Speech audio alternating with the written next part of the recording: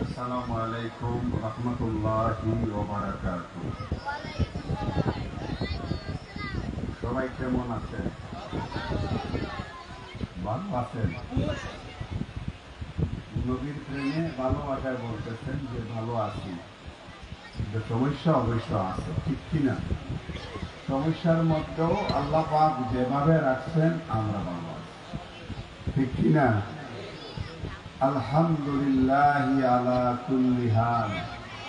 আল্লাহ পাক যখন যেভাবে রাখেন বান্দাকে, তার সৃষ্টিকে, সেই অবস্থাতেই আমরা তার শুকর আদায় করি। আপনাদের হাতে কি সময় আছে? কিছু সময় আছে? তাহলে একটু সামনে আগান,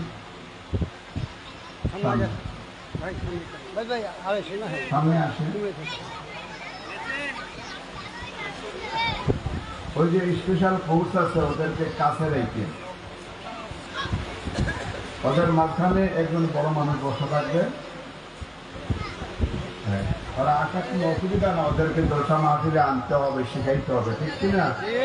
মসজিদেও নিতে হবে। কোথায় নিতে হবে? মসজিদে নিতে হবে। একটু সামনে আগান, আরো আরো চাপেন, ওই চাপেন চাপেন। ইন্নাল হামদুলিল্লাহ নাহমাদুহু ওয়া নুসাল্লি ওয়া নুসাল্লিমু আলা রাসূলিহিল কারীম। أما بعد فأعوذ بالله من الشيطان الرجيم. بسم الله الرحمن الرحيم.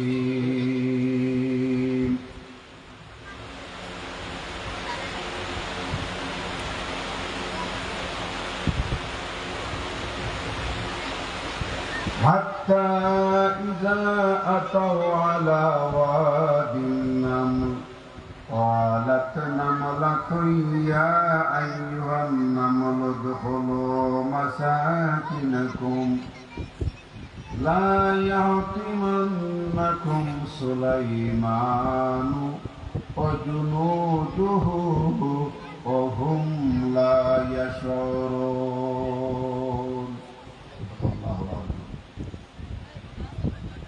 قال النبي صلى الله عليه وسلم إن الله حرم على الأرض أن تأكل أجساد الأنبياء. إن الله وملائكته يصلون على النبي يا أيها الذين آمنوا صلوا عليه وسلموا تسليما. اللهم صل على مولانا محمد وعلى آل سيدنا.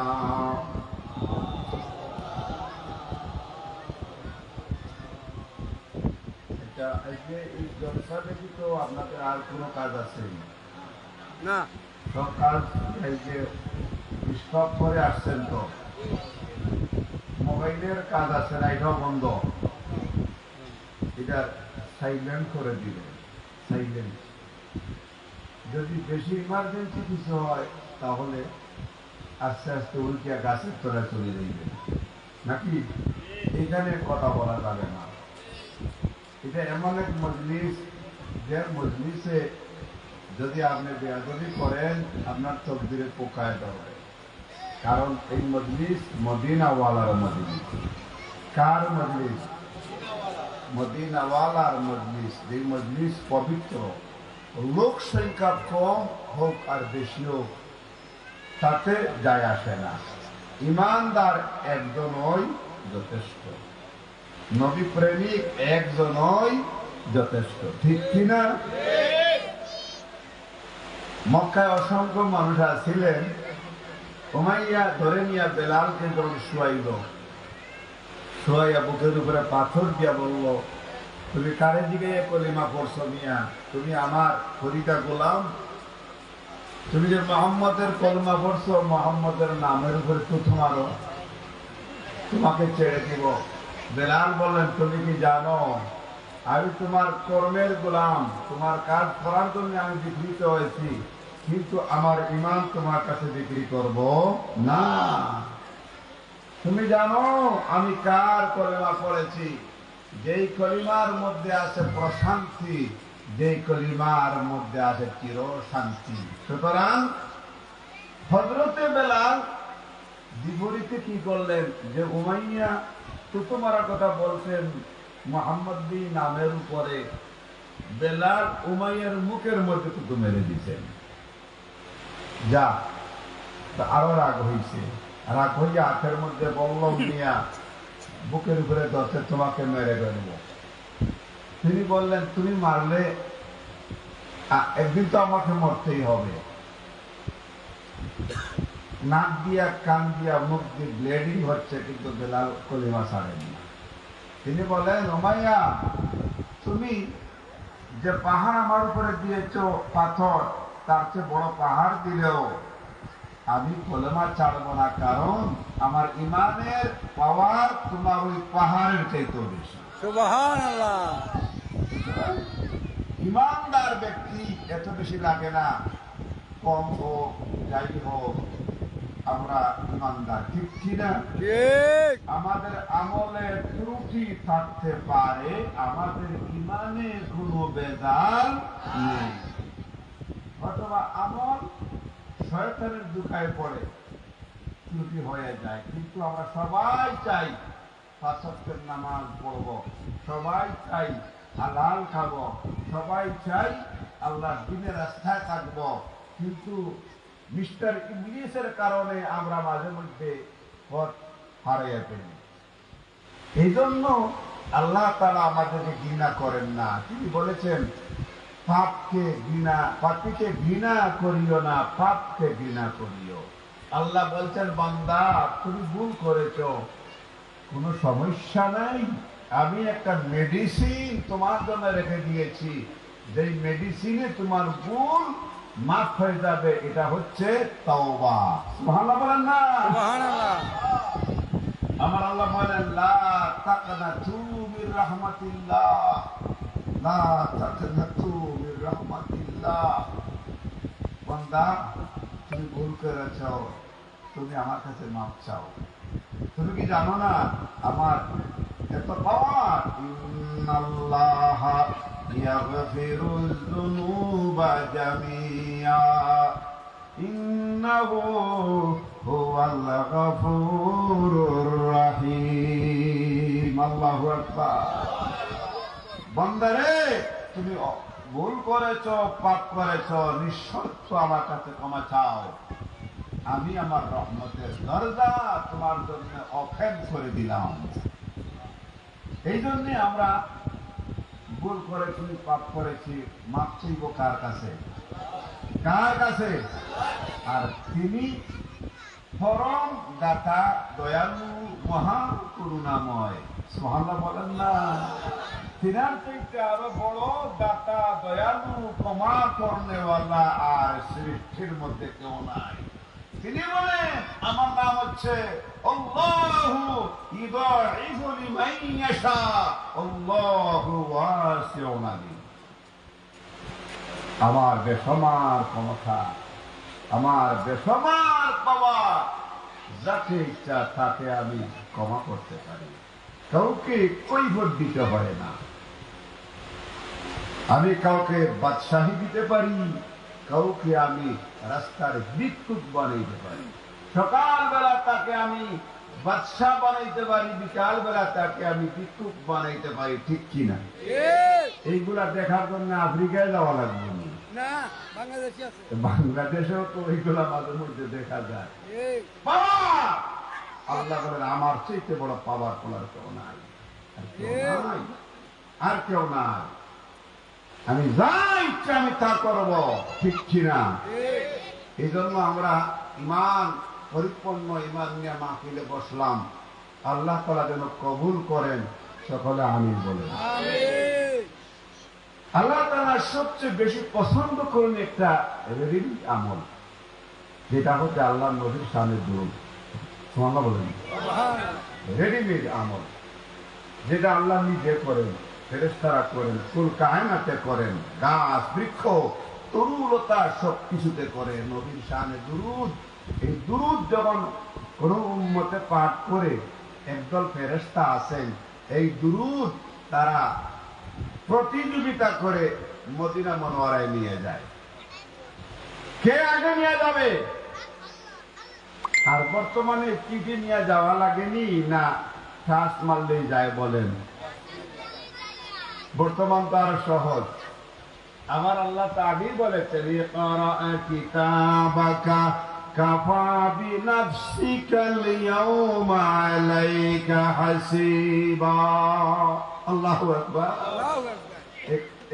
এই কিতাব ভালো করে পাঠ করো। বিজ্ঞানের বিজ্ঞানী আমি আল্লাহ, আমি সব কিছু তোমাদের জন্য সহজ করে দিয়েছি। তোমরা রিসার্চ করো, গবেষণা করো। জ্ঞানের জন্য প্রয়োজন আফ্রিকার জঙ্গলে যাও, জ্ঞানের জন্য প্রয়োজনে চীন দেশে যাও। এটা আমার নবী বলছেন, ঠিক কিনা? জ্ঞান আহরণ করো। আমার নবীকে আমার আল্লাহ স্পেশাল পাওয়ার দেওয়ার জন্য জবরের নূরে নিয়েছেন। সুবহানাল্লাহ বলেন। স্পেশাল জ্ঞান। জবরের নূর একটা পাহাড়, নাম শুনছেন তো? এটা মক্কা থেকে কয় মাইল দূরে? 3 মাইল। আজাদি সাহেব আর্জেন্টিনা যায়, আমি কয়েক দূর থেকে তো সেখানে কাজ করি। 3 মাইল দূরে পাহাড়ে নবীজির বয়স কথা না, একটা শিখেন একটা কথা শুরুতে। নবীজির বয়স হচ্ছে 37 ইয়ার। কত? বাংলা কত? কত? 36 বছর। বিবাহের মাত্র হয়েছে 12 বছর। কয় বছর? কত বছর? বিবাহের 12 বছর। নবীজি একদিন চাদর চুদর নিয়ে সোজা চলে গেলেন 3 মাইল দূরে পাহাড়ের উপরে। এই পাহাড়ের নাম হচ্ছে হেরা পর্বত, জবলে নূর, যার উচ্চতা হচ্ছে 11 পয়েন্ট থেকে, যার হাইট হচ্ছে 2500 মিটার, 2500। সুবহানাল্লাহ বলেন না? নবীজি সেখানে গিয়ে ধ্যান মগ্ন নবীজি সেখানে গিয়ে করতেছেন। বিকালে আবার চলে আসছেন, আবার পরের দিন গেছেন, আবার চলে আসছেন। এইভাবে যাওয়া আসা শুরু করেছেন। যখন নবীজির বয়স 40 ইয়ার্সে ইন করে, সেদিন থেকে নবীজি ওখানে যায় আর আসে না। খাদিজাকে বলছেন, আমি যদি না আসি আর তোমার যদি ইচ্ছা হয় আমার জন্য একটু নাস্তা পানি নিয়ে যাইও। সুবহানাল্লাহ বলেন না? আমি যদি না আসি। 3 দিন নবী আসেন নাই। খাদিজা বলেন যে আমি ওখানে চিনবই বা কেমনি, নারী মানুষ। হ্যাঁ, আল্লাহ নবী যেই দিকে হাঁটতেন সেই দিকে একটা সুঘ্রাণ পাওয়া যেত। খাদিজা ওই সুঘ্রাণ ধরে ধরে ধরে ধরে ওই পাহাড়ের উপরে চলে গেছেন খাবার নিয়ে। প্রায় 40 দিন একটানা আমার নবী সেখানে দিয়ানো। গভীরভাবে খেয়াল করেন। খাদিজা খাবার নিয়ে গেছেন, গিয়া দেখেন আমার নবী সিজদার মধ্যে আছেন, আর চোখের পানি পাথর গড়াইয়া যাচ্ছে। সুবহানাল্লাহ। পাথর গড়াইয়া চোখের পানি যাচ্ছে, গুনগুন করে ডাকতেছেন। খাদিজা কোনো কথা নাই, চুপচাপ চুপচাপ। এমনও দেখা যায় নবীজির কোনো নড়াচড়াও নাই, কান্নাকাটিও নেই। খাদিজা বলেন, আমি ভাবলাম নবী বোধহয় ইন্তেকাল করছেন। আমি শুইয়া নবীজির কদম মুবারকের তালুতে, পায়ের তালুতে আমার জিহ্বা দিয়ে আমি একটু নাড়া দিলাম। নবীজি বাম পায়ের কনিষ্ঠ আঙ্গুল নাড়াইয়া বুঝাইলেন, খাদিজা তুমি কি ভাবছো আমি ইন্তেকাল করেছি? আমি ইন্তেকাল করিনি। আমি বরংসি আমার স্রষ্টার সাথে কথা বলতেছি আমার উম্মতের জন্য। আর নাবি কামনা করতেছি। সুবহানাল্লাহ বলেন না? এই মধ্যে একদিন চলে আসছেন জিবরিল আমিন। খুব সংক্ষেপ কথাটা বুঝেন, এখানে আকীদার কথা রয়েছে, আকীদার কথা। আজকাল আকীদা যদি ভালো না থাকে তাহলে তার পিছে নামাজ পড়া লাভ হবে না, ঠিক কিনা? আকীদা সঠিক থাকতে হবে।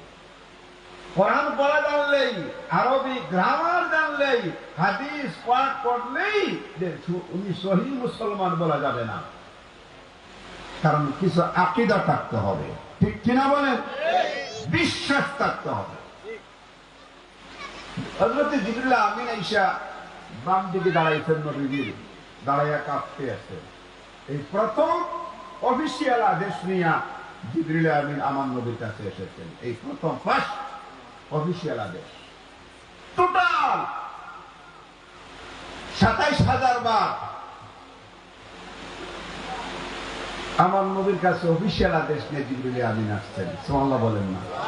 কতবার? ২৭,০০০। জিবরিল আমিন আয়েশা দাঁড়াইছেন, নবীজির বাম পাশে দাঁড়াইয়া আস্তে করে সালাম দিতেন, আসসালাতু আসসালামু আলাইকা ইয়া রাসূলুল্লাহ। নবীজি হঠাৎ করে জিবরিলের সালাম শুনিয়ে একটু নবীজি গাল ঘুরাইছেন, ইয়া জিবরিল আপনি কেমন আছেন? জিবরিল আমিন বলে, ইয়া রাসূলুল্লাহ আপনার খাতিরে আল্লাহ ভালো রাখছেন। সুবহানাল্লাহ বলেন। জিবরাইল এই গভীর রাতে আমি পাহাড়ের চূড়ায় আমার মওলার সাথে আমি কথাবার্তা বলি। জিবরাইল আপনি কেন হঠাৎ করে এখানে এসেছেন? জিবরিল আমিন বলে, ওগো আল্লাহর নবী, আল্লাহ তাআলা আমাকে একটি আদেশ দিয়ে পাঠাইছেন, যদি আপনি হুকুম দেন, ইজাজত দেন, তাহলে আমি কিছু কথাবার্তা বলবো। নবী বলেন, জিবরাইল বলেন কি আদেশ নিয়ে আসছেন? জিবরিল আমিন বলতেছেন, ইকরা পাঠ করুন।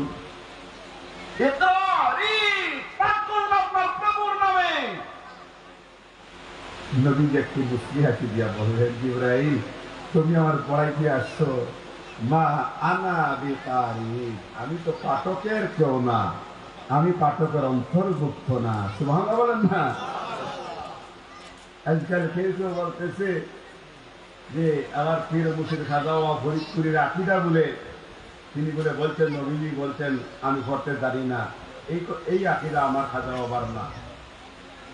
ঠিক কিনা বলেন? বানাউট তৈরি করা কথাবার্তা প্রচার করতেছেন দালালি করার জন্য। ঠিক কিনা বলে? নবীজি বলেন, জিবরাইল তুমি কি বলেছ আবার বলো।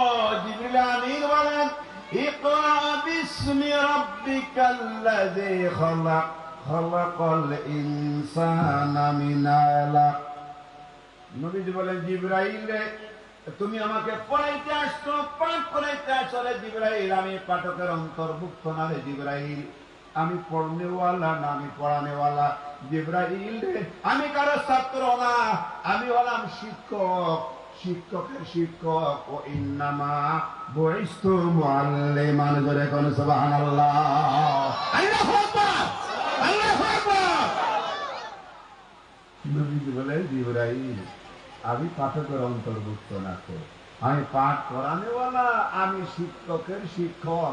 ১,২৪,০০০ নবীর শিক্ষক, তামাম ফেরেশতাদের শিক্ষক, কুল কায়নাতের শিক্ষক। আল্লাহু আকবার।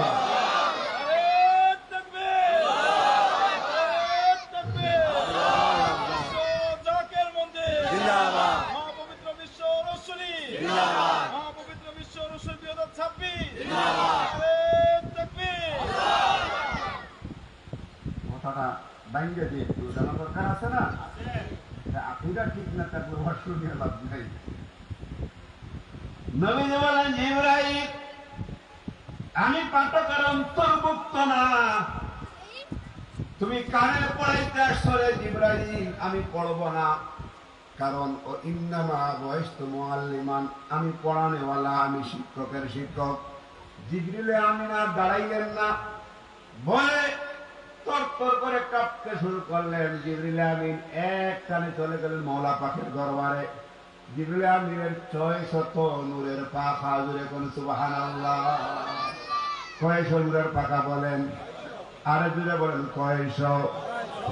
আয় আল্লাহ তাআলা, আমি তো বোধহয় ভুল করেছি। জিবরাইলের খবর কি বলো? আল্লাহ তাআলা আমি যখন গেলাম আপনার হাবিবকে বললাম পাঠ করুন, তিনি বলে পাঠ করবে না, তিনি বলে তিনি পাঠকের অন্তর্ভুক্ত না। আমার নবী বলেন, জিবরাইল তুমি আমার নবীরে কিভাবে কইছো? বলে দয়া কইছি ইকরা পাঠ করুন। তুমিও তো কম না, মনে মনে আমার নবীর উস্তাদ হইয়া যাইবা, বাচ্চাই শুনি। আল্লাহ যদি মুসা হইতেন তৈরি তো সর তাপর খাইয়াইতেন। আমার নবী তো নরম নাকি? আমার নবী তো নরম, চরচুর দেন নাই তো। আর এভাবে যাইও না, আবার যাও, যে আমার নবীকে সালাম দিয়ে অনুমতি নিবা, আর অনুমতি নিয়ে আমার নবীর সাথে খোলাখুলি করবা। নবী যদি অনুমতি দেয় তাহলে তুমি বুক মিলাইবা, সিনা মিলাইবা।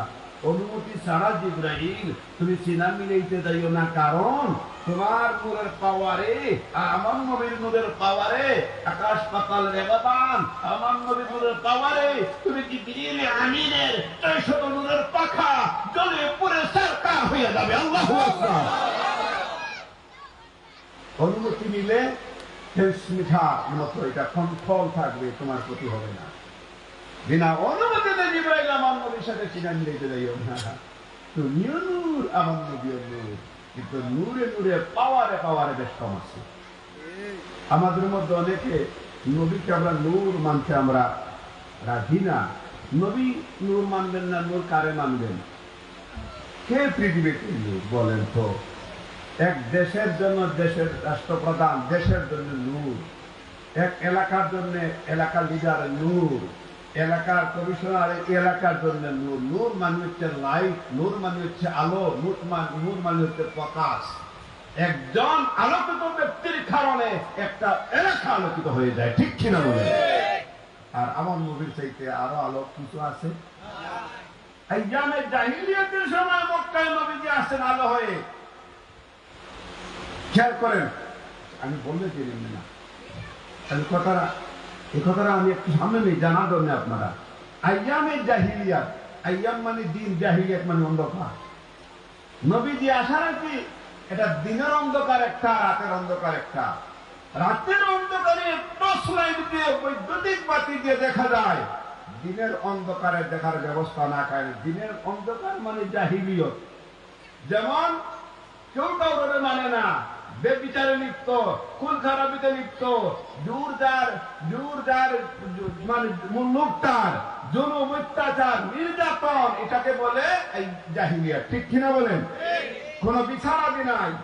ওই সময় মক্কায় আইয়ামে জাহিলিয়াতের সময় আল্লাহ পাক আমার নবীকে পাঠাইছেন আলো দেখাইয়া সবাইকে সঠিক পথে ফিরে আনার জন্য। এই জন্য আল্লাহ কোরআনে আল্লাহ বলেছেন, আমি কোরআন পাঠাইছি 40 বছর পরে, আর আলো পাঠাইছি আমি 40 বছর আগে। আল্লাহু আকবার। আগে লাইট, পরে কিতাব। আপনার যে ঘরে বই পুস্তক কিতাব আছে, লাইট ছাড়া পড়তে পারবেন? পড়তে পারবেন? আমার আল্লাহ বলেন, আমি 40 বছর আগে মক্কায় জাবল আবি কুবাইস, জাবল আব্দুল মুত্তালিবের মধ্যখানে ছোট্ট একটি জীর্ণ কুটুর মা আমিনার এই ঘরের মধ্যে আমি লাইট পাঠাইলাম। এই লাইট পাঠানোর 40 বছর পরে আমি আল্লাহ কিতাব পাঠাইলাম। জোরে জোরে কন্যা সুবহানাল্লাহ। قد جاءكم من الله نور وكتاب مبين। আল্লাহু আকবার, আল্লাহু আকবার। 40 বছর আগে লাইট, 40 বছর পরে কিতাব। নবী আগে না কিতাব আগে?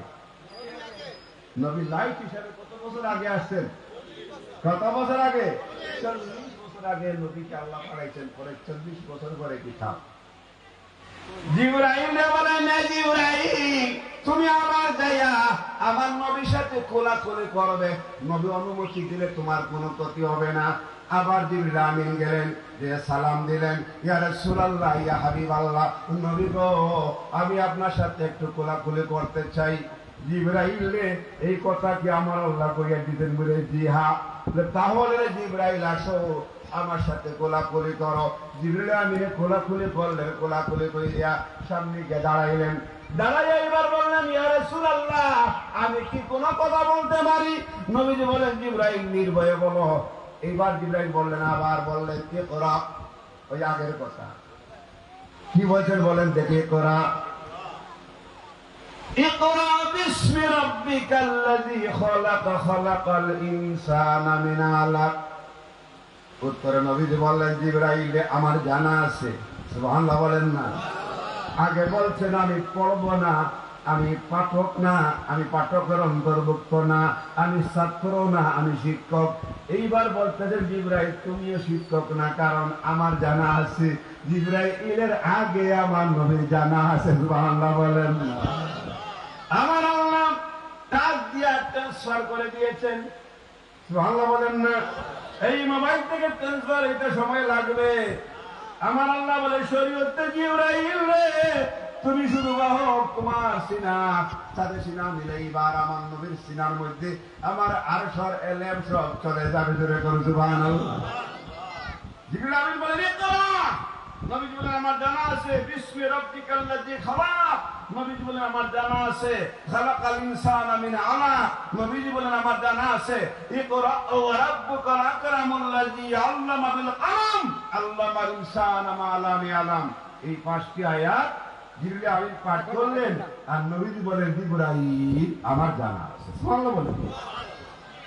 পাঁচটি আয়াত তিলাওয়াত করে জিবরাইল আমিন শিশাগ্রা প্রাচীরের মতো দাঁড়িয়ে আছে, আর কোনো কথা বলে না। নবীজি বলেন, জিবরাইল রে, সবে মাত্র পাঁচটি আয়াত তুমি তিলাওয়াত করলা রে জিবরাইল, দেখি আরো বলো, আরো বলো, আরো বলো। জিবরাইল আমিন বলেন, ইয়া রাসূলুল্লাহ, আমি জিবরাইলের আর জানা নাই। নবীজি বললেন, জিবরাইল রে, তোমার যা জানা নাই আমি নবীজির তা জানা আছে। জোরে বলো সুবহানাল্লাহ। আল্লাহু আকবার, আল্লাহু আকবার। এই ভাষায় জিবরাইল আমিন বললেন, নবীজি বলেন, আমার জানা আছে। জিবরাইল, তোমার যেটুকু জানা নাই সেটুকু আমার জানা আছে। প্রথম কয়টা আসলো? প্রথমে কয়টা আয়াত নাযিল হয়েছিল? কয়টা আয়াত? ওই পাহাড়ে চড়ায়। বিসমিল্লাহির রহমানির রহিম। ইকরা বিসমি রাব্বিকাল্লাযী খালাক, খালাকাল ইনসানা মিন আলাক। ইকরা ওয়া রাব্বুকাল আকরামুল্লাযী আল্লামা বিল কলম আল্লামাল ইনসানা মা লাম ইয়ালাম। আল্লাহু আকবার। এই ভাষায়া প্রথম নাযিল হয়। তবে যে বিষয়ে কথা বলবো, বিষয়টা সামনে শুধু মাঝখানে বললাম, আমার নবীর যে পাওয়ার, আমার নবীর যে এলেম, এই বিষয়ে দুটি কথা বললাম। কোরআনের প্রথম 5 আয়াত নাযিল হয়েছে। দুরূদ পড়েন একটু। বালাগাল উলা বিকামালিহি কাশাফাদ দুজা বিজামালি হাসনাত জামিউ।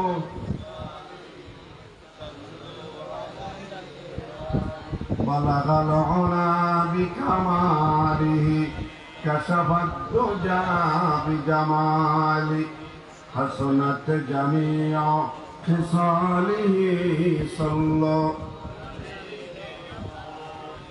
আমি তো দুরূদ পাঠিয়েছিলাম, দুরূদ থেকে তো সামনে যাই নাই, সেটা ধরে বলুন না কেন? বালাগাল উলা বিকামালিহি কাশাফাদ দুজা বিজামালি হাসনাত জামিউ খিসালিহি। यही आरज़ू है, यही है तमन्ना, यही सिनाने की जिए चाहते हैं। बलगल उला बिकमालिही कशफत दुजा बिजमाली हसनत जमीओ ख़िसालिही सल्लो ला इलाहा इल्लल्लाह, ला इलाहा इल्लल्लाह, ला इलाहा इल्लल्लाह, ला इलाहा हस्बी रब्बी जल्लल्लाह, মা ফি কলবি গায়রুল্লাহ হাসবি রাব্বি জাল্লাল্লাহ মা ফি কলবি গায়রুল্লাহ নূর মুহাম্মদ সাল্লাল্লাহু লা ইলাহা আর নূর মুহাম্মদ সাল্লাল্লাহু নূর মুহাম্মদ লা ইলাহা লা ইলাহা লা ইলাহা ইল্লাল্লাহ লা ইলাহা বাবা থামেন জিকির যে শুধুমাত্র আল্লাহর স্মরণ এটা না, আরো এটার মধ্যে মতলব আছে। জিকির মানে হচ্ছে কার স্মরণ? কার স্মরণ? আল্লাহ। জিকির মানে হচ্ছে স্মরণ। জিকির এর মানে হচ্ছে কি?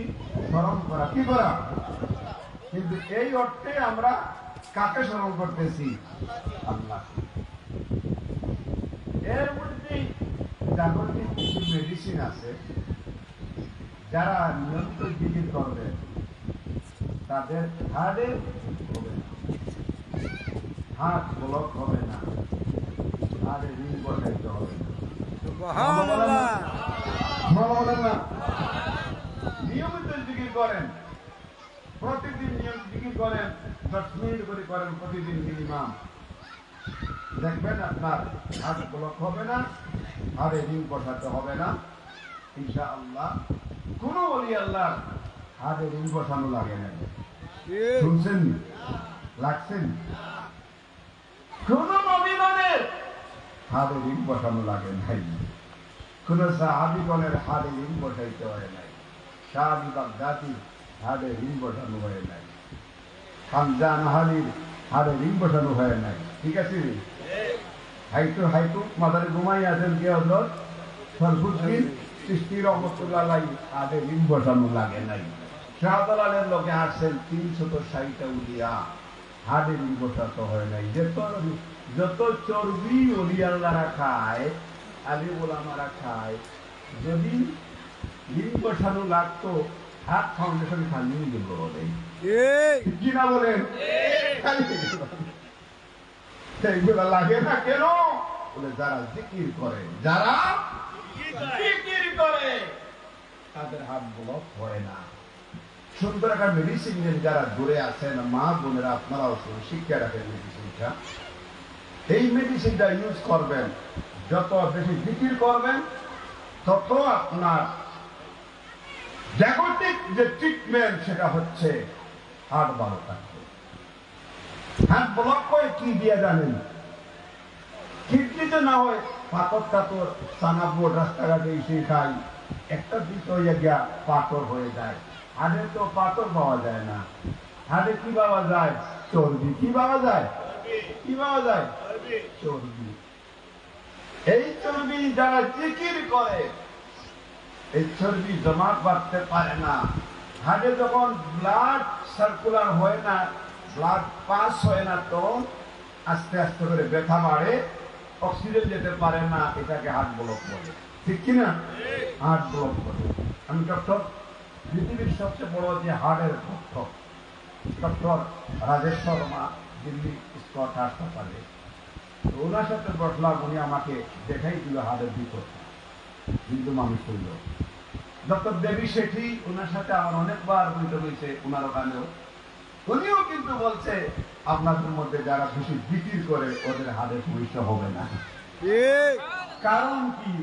এই জিকিরে গিয়ে ডাইরেক্ট হাড়ের মধ্যে গিয়ে আল্লাহ বললে, এই আল্লাহর কি কালবের মধ্যে গিয়ে চাপ লাগে, লাগেনি? আর আপনি উগড়ে উগড়ে করতে মানে না ভাইরা, কাম হইতো না। ঠিক কিনা বলে? শরীরের প্রতি যারা বুজুর্গানের দিন তারা স্বভাব দেন কালবের মধ্যে। আমার 3 বছর খাজা বাবা পরিচয় দিলেন কালবের মধ্যে। ঠিক কিনা? দেখাই দিয়া বলছেন, তিনি আঙ্গুল লাগাইয়া বলছেন, বাবা এইখানে চামড়া, চামড়ার নিচে আছে হাড়, চামড়ার নিচে আছে গুস্ত, গুস্তের নিচে হাড়, হাড়ের নিচে আরেকটা গুস্ত। লাল টুকটুকে, এই গোস্তটা যেটার নাম হচ্ছে বাংলা ভাষায় আমরা বলি হৃৎপিণ্ড। কি বলি? বাঙালিরা বাংলা জানে না, আমরা অধিকাংশ সময় ইংরেজিতে কথা বলি, হিন্দিতে কথা বলি, এটা আমাদের জন্য সহজ। বাংলাটা আমরা কিন্তু জানি না। আর এটা ইংরেজি না বাংলা? এটা ইংরেজি না বাংলা? এটা ইংরেজি না বাংলা? এটা ইংরেজি না বাংলা? এটা বাংলায় কি বলে? কইছেনি কোনদিন নাতিনে খেতারা লইয়া কইছেনি? নাতিনে বাংলায় মাস্টার্স পাস করছে, নাতিনে বলেন না নাতিন খেতারা লইয়া বলবো না না কি হইছে খেতারা আবার কোনটা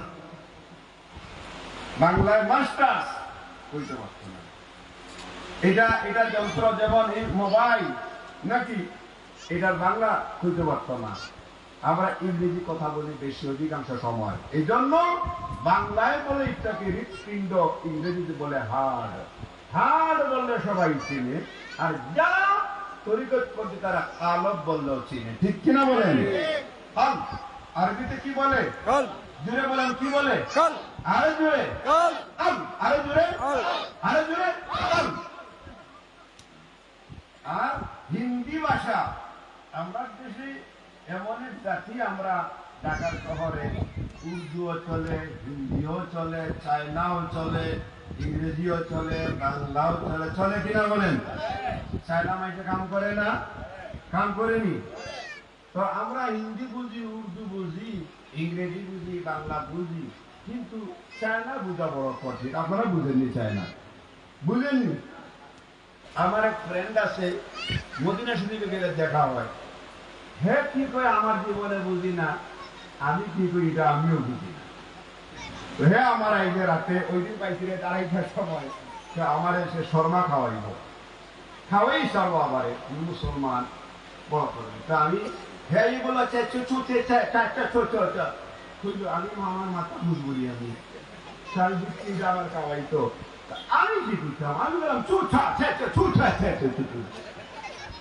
হ্যাঁ, চিন্তা করতে বুঝে তাতে আমি আরো বড় শিক্ষিত। আমি তো পাও মারছি, পাও পাও পৃথিবীর বহু দেশে যাই তো মাঝে মধ্যে ভাও মারতে, বাবা আমার 14 বংশ চায়না বাড়িরও আমি বুঝতাম না। যেমন আমাদের পার্শ্ববর্তী দেশ কেরালা আছে না, কেরালার ভাষা জিনিসটা যে কেমনি বুঝে আমি জানি না। কেরালার ভাষাটা মারাত্মক ভাষা, শুনছেন নি আপনারা? শুনলেন? কেরালার ভাষা তো আরো মারাত্মক, কান্ডা ফান্ডা ফাটু ফাটু ফুটু হেঁটে হটু হুটু হুটু। আমার মাথা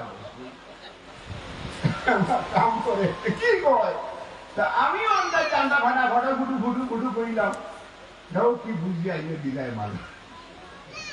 এটা মুসিবত। কত জাতের ভাষা আছে।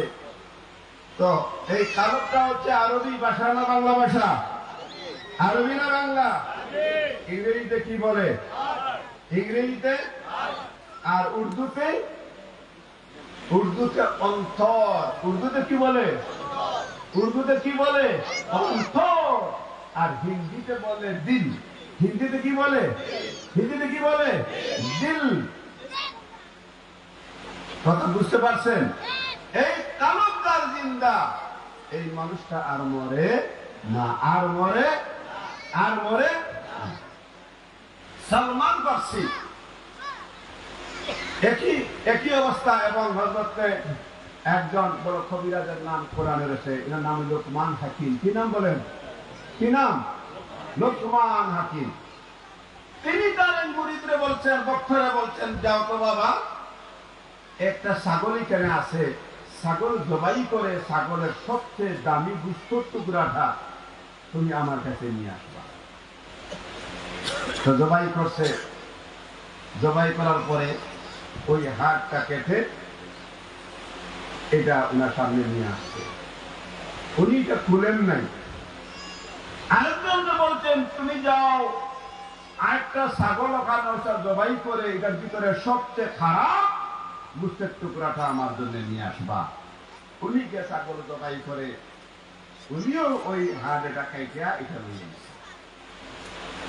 লোকমান হাকিম বললেন, খুলেন দেখি দুইজনে কি আনছে। দুইজনে খুললেন, খুলে দেখা যায় একই গোস্তের টুকরা, এটার নাম কাল। প্রথম জনে জিগাইলেন, আমি তোমাকে বললাম এই ছাগল জবাই করে ছাগলের ভিতরে সবচেয়ে ভালো গোস্তের টুকরাটা নিয়ে আসবা, তুমি এটা নিয়ে আসলা, এটা কেমনি ভালো হইল?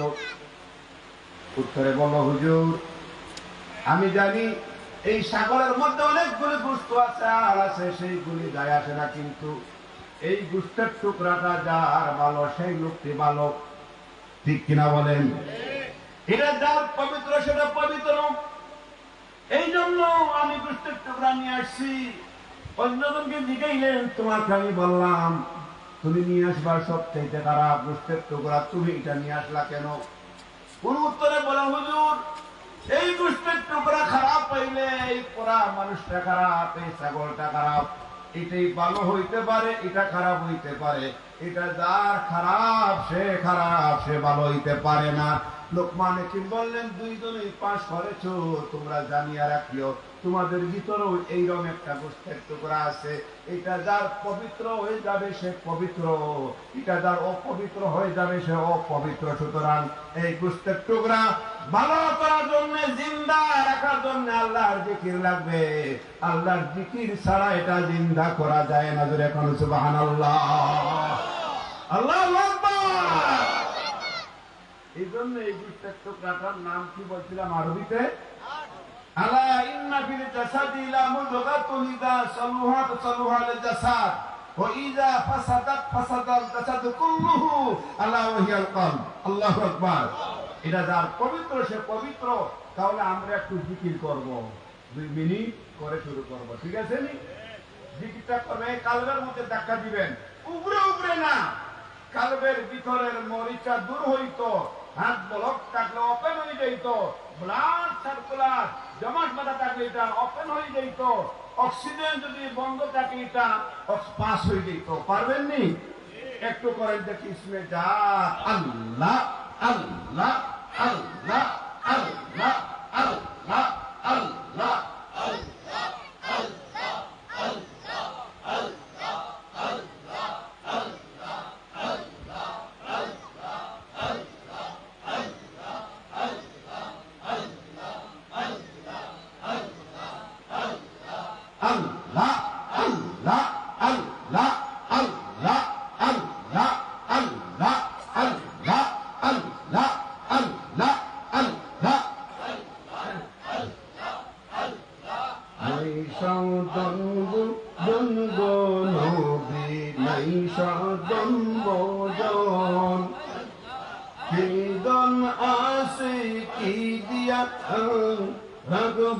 তোমার মন। আল্লাহ আল্লাহ আল্লাহ নাই সাউতনব জন্ম নবী, নাই সাউতনব জন কীর্তন আসে কি দিয়া আমি রাখব তোমার মন। তাই তো আমি দিবানিশি, তাই তো আমি দিবানিশি তোমার প্রেমের ভিখারি। তুমি আমার হইয় দোকানদারি। আল্লাহ আল্লাহ ও দয়াল মৌলারি, তুমি আমার হইয় দোকানদারি। আল্লাহ আল্লাহ ও প্রাণের নবী গো, তুমি আমার হইয় দোকানদারি। আল্লাহ আল্লাহ তোমার নামে ও কোন গঙ্গে, তোমার নামে ও কোন গঙ্গে করলাম আমি পারি। দয়াল নবী গো, তুমি আমার হইয় দোকানদারি। আল্লাহ আল্লাহ আল্লাহ আল্লাহ আল্লাহ। সবাই সবাই ধীরে ধীরে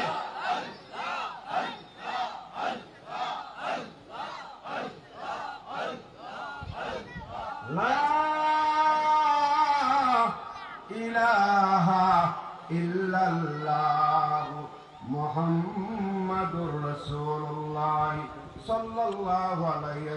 সালাম। একবার বলেন মারহাবা।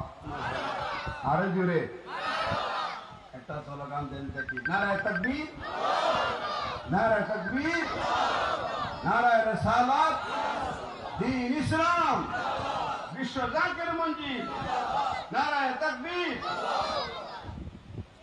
আলহামদুলিল্লাহ, আজকে 28 অক্টোবর মঙ্গলবার বাজার সমিতি এই 13 নম্বর সেকশনের রাখিল স্মৃতি সংলগ্ন 14/2 কাপড়ুলে আজিমুসান দাওয়াতি ইসলামী জলসা চলমান। আলহামদুলিল্লাহ বলেন আলহামদুলিল্লাহ।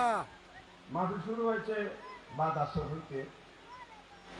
ওলামায়ে কেরামগণ তরিকার নকশবন্দিয়া মুজাদ্দিদিয়ার ওজিফা আদায় করেছেন। পাশাপাশি মাগরিবের নামাজ হয়েছে, নফল নামাজ হয়েছে, ফাতিহা শরীফ পাঠ হয়েছে, জিকির আজকার হয়েছে, এশার নামাজ আনতে ওলামায়ে কেরাম বয়ান করছেন। ঠিক কি না? মাহফিলে আমার আগে বয়ান করছেন মাওলানা হুসাইন আহমদ আতিকি, মাওলানা আব্দুল বাতিন আনসারী, মাওলানা রহমতুল্লাহ, বিশ্ব জাকির মঞ্জিলের কেবলাদান হুজুরের উচ্চারিত মহব্বতের খাদেম মাওলানা রহমতুল্লাহ, এবং আমার ডান দিকে আছেন মাওলানা মুস্তাফা কামাল আজাদি। তিনি প্যারিসে বসবাস করেন, দেশেও থাকেন। আর ওনার নামটা জানি হাফেজ মিজানুর রহমান মহিবুর। আমার সবার নাম বললে তো সময় লাগে মহিব, মুরব্বীর সামনে আছে, সামনে আগে বসেন আপনারা। এবং মাহফিলে যিনি প্রধান অতিথি জনাব শামীম আহমদ, শরীফ প্রধান, ঢাকা মহানগর উত্তর। আমন্ত্রিত বিশেষ অতিথিবৃন্দ জনাব প্রফেসর আরিফ হাসান চৌধুরী, আলহাজ মোহাম্মদ জালাল আহমেদ, মোহাম্মদ আবুল হোসেন আওলাদা, হাজি মোহাম্মদ আব্দুল বাসেদ, হাজি আবুল কাশেম, ইঞ্জিনিয়ার রফিক আহমেদ, ইঞ্জিনিয়ার আব্দুল কুদ্দুস, এনারা সবাই বিশ্ব জাকির মঞ্জিল কর্মী গ্রুপের সাথে সম্পৃক্ত। কেউ সদস্য, কেউ উপদেষ্টা। আর সভাপতির দায়িত্বে আছেন জনাব মারুফ হোসেন খান সাহেব, কর্মী প্রধান, কাপড় থানা। সার্বিক পরিচালনা হাসান আহমেদ কামরুল, সরকারি কর্মী প্রধান, ব্যবস্থাপনা কাপড় থানা। এবং সার্বিক তত্ত্বাবধানে ডাক্তার মোহাম্মদ মোশারফ হোসেন, মোহাম্মদ লুকমান হোসেন বইয়া, জনাব হাজি মোহাম্মদ সিদ্দিকুর রহমান, আরো অনেকেই আছেন। সবার নাম তো আর কাগজে লেখা যায় না। আল্লাহ তাআলা যেন আমাদেরকে কবুল করেন, সকলে আমিন বলেন। যদিও মাহফিলের পরিসর খুব ছোট্ট, অসুবিধা নাই, ইমানদার কম হইলেই চলে। ঠিক কিনা? এখানে যে কয়েকজন আছেন, আলহামদুলিল্লাহ, অনেক জায়গায় আমরা গাড়ি থামাইলে একটু বেশি লোক দেখতে আসে, কোনো সমস্যা নেই। এখানে ইমান হইল মেয়ে, আকিদা হইল মেয়ে, নবীর প্রেমিকের সংখ্যা কম হোক, কোনো অসুবিধা নাই। এখানে নবীর প্রেমের বাতি জ্বালাই দেওয়ার জন্য এক ইমানদারই যথেষ্ট। ঠিক কিনা বলেন? আলহামদুলিল্লাহ। যারা দূরে আছেন আলেম ওলামা আশেপাশের, আপনাদের প্রতি আমি কৃতজ্ঞতা জানাই। আপনাদের দাওয়াত কমিটির বাইরা, এরা হয়তো বুঝে নাই, দাওয়াত দিতে পারে নাই, মাহফিলের পক্ষ থেকে আমি দাওয়াত দিয়ে দিলাম, আপনারা আসেন। আমি একটা মিশনের দাওয়াত নিয়ে আসছি। এটা বিশ্ব জাকির মঞ্জিলে আজিমুসান বাৎসরিক পবিত্র উরুস শরীফ হবে। এই উরুস শরীফ উপলক্ষে সারা বিশ্বব্যাপী দাওয়াতি মিশন চলছে, বাংলাদেশেও চলছে। উরুস শরীফ হবে জানুয়ারির আনুমানিক মধ্যখানের দিকে হতে পারে, যেহেতু রমজান শরীফ একটু আগে, রমজানের জায়গায় রয়েছে, কিন্তু আমাদের সিস্টেম এটা এগিয়ে আসছে। ঠিক কিনা? আমরা বাংলা ক্যালেন্ডার ব্যবহার করি, ইংরেজি ব্যবহার করি, সেই হিসাবে বছর 10 দিন করে আগে যায়। কয়দিন করে আগে যায়? 10 দিন। এই জন্য এবার রোজা হবে সম্ভবত, আমরা শীতের একটা অংশ পাবো রোজার মধ্যে। ঠিক কিনা? আলহামদুলিল্লাহ। ফেব্রুয়ারি মাসে 8 তারিখে রোজা হবে। আর এছাড়া এই দাওয়াতি মিশন দেশের বাইরেও চলছে। আমিও দাওয়াত দিয়ে আসছি অনেক দেশে, বেশ কয়েকটা আমেরিকার দেশ, ইউরোপের দেশ, মধ্যপ্রাচ্যের দেশে আমিও দাওয়াত দিয়ে আসছি। আলহামদুলিল্লাহ। আলহামদুলিল্লাহ। সুতরাং এটা দরকার কেন দাওয়াত দেওয়ার? সময়টা খুবই খারাপের দিকে আমরা যাচ্ছি। ইমান ধরে রাখা বড় কঠিন। আল্লাহ রাসূল বলছেন আখিরি জামানায় একটা জ্বলন্ত আগুনের টুকরা হাতে রাখা সহজ হবে, ঈমান ধরে রাখা বড় কঠিন হবে। এই সময়টা চলে আসে, ঠিক কিনা? এই সময় চলে। ঈমান লুট করবে যিনি, তিনি ঈমানের বেশে আসবে। মসজিদের জুতা চুরি করে মুসল্লি সাজিয়া করে, ঠিক কিনা? মসজিদের ভিতরে গড়ি মাইক নিয়ে যায় মুসল্লি সাজিয়া, নমাজে আসবো, নমাজও পড়বো। তার খেয়াল চুরি করা না আল্লাহর রাজি করা? চুরি করা। ঈমান লুট করার জন্য এইভাবে ঈমানের একটা বেশভূষা আছে, এটা লাগাইয়া, ঠিক কিনা বলেন? যেমন নবীজির জামানায় খুব সাজগুজ বইয়া থাকতো এক ভদ্রলোক আমার নবীর আশেপাশে। নবীজি তার তেমন গুরুত্ব দিতেন না। সাহাবীরা বলতেন, ইয়া রাসূলুল্লাহ, ওনার পোশাক সুন্দর, দাড়ি সুন্দর, জুব্বা সুন্দর, আপনার পিছনে নামাজ পড়ে, আর সবসময় আমি কিছু বললে একদম ভাঙ্গা চুইরা মানে ভাব দেখায়। নবীজি বললেন, রাগ ওইগুলি, দেখা যাবে না কত বড় ইমানদার সে। কথা বুঝছেন? তার এত সুন্দর করে বাইক হয়ে যায়, একদম চিত হয়ে যায়, কাইট হয়ে যায়, একদম সুন্দর জুব্বা জাব্বা। নবীজি বলেন, ইমানের পরীক্ষা আসলে দেখা যাবে না কত বড় মুসল্লি, ঠিক কিনা? ইমানের পরীক্ষা চিনা যায় তো নাকি? বিপদে পড়লে বন্ধু চিনা যায়, ঠিক কিনা? চলে আসলো হঠাৎ করে উহুদের যুদ্ধ সময়, উহুদ যুদ্ধ হবে। নবীজি এলান করলেন, আগামীকালকে আমরা উহুদের যুদ্ধে যাব, যারা যাইবা নাম লেখাও, আর যুবকদের মধ্যে থেকে যা আছে মদিনায় তাদেরকে আমার সামনে নিয়ে আসো, ওদেরকে আমি আলাদাভাবে ডাকবো। আর যারা 40 ইয়ার্স আপ, তিনারা আলাদা নাম লেখান। নাম লেখাইছেন, 1 নম্বরে নাম লেখাইছে উবাই ইবনে সুলুল। কথা বুঝছেন? নাম লেখাইছে, আমি যুদ্ধের মধ্যে, কারণ সে তো নবীর পিছনে নামাজ পড়ে, নবীজির খুব আশেক সাজছে, দাড়িও সুন্দর, জুব্বাও সুন্দর, টিয়া পয়সাও আছে। আমার নাম লেখেন, আমার নাম লেখেন, আমি দাম দিতে রাজি আছি, আমার নাম লেখেন। লেখা হয়েছে। তোরার নাম লিখতে লিখতে 1000, কতজন? 950 জন হচ্ছেন মুরব্বী, 40 ঊর্ধ্ব, আর 50 জন হচ্ছেন যারা ইয়াং, এদেরকে বলা হয় তীরন্দাজ। খেয়াল করেন, এই তীরন্দাজদেরকে নবীজি বললেন, আপনাদের দায়িত্ব হলো কালকে যুদ্ধ হবে, আপনাদেরকে এক জায়গায় দাঁড়িয়ে থাকতে হবে পাহারাদার হিসাবে। যুদ্ধে যদি মুসলমানদের বিজয় হয়ে যায়, তারপরেও আপনারা দাঁড়িয়ে থাকবেন। মুসলমানরা যদি মাইর খায়, আপনারা দাঁড়িয়ে থাকবেন। আর কোন কথা আছে? বলে না। একজনকে লিডার বানাইলেন, সেনাপতি নাম দিলেন আব্দুল্লাহ ইবনে জুবাইর, কি নাম? ওনার নেতৃত্বে 50 জনকে বললেন, তোমরা দাঁড়িয়ে থাকবা, আমার হুকুম ছাড়া নিচে নামবা না। এমনকি যদি দেখা যায় সমস্ত সাহাবায়ে কেরামকে মেরে ফেলছে, তোমরা নিচে নামবা না। আর যদি দেখো সবাই আছে, কাফেররা মরে গেছে, তাও নিচে নামবা না।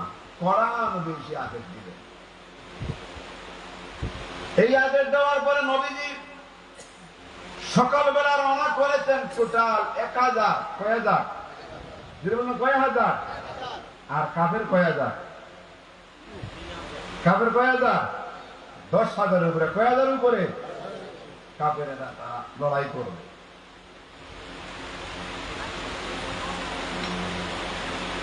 কিন্তু এক প্রমাণে হওয়া যায় কাফের 3000, মুসলমান 1000। আর বদরের যুদ্ধে মুসলমান 313 জন, কাফের 1000। আর মুতার যুদ্ধে কাফের 2 লক্ষ, আর মুসলমান মাত্র 10,000। কয় হাজার? 2 লক্ষর মাঝখানে 10,000-এর কোন হিসাব আছে? হিসাব আছে? নাই। নবীজি রওনা দিয়ে সকালবেলা, আগের দিন বিকালে মিটিং ডাকছেন।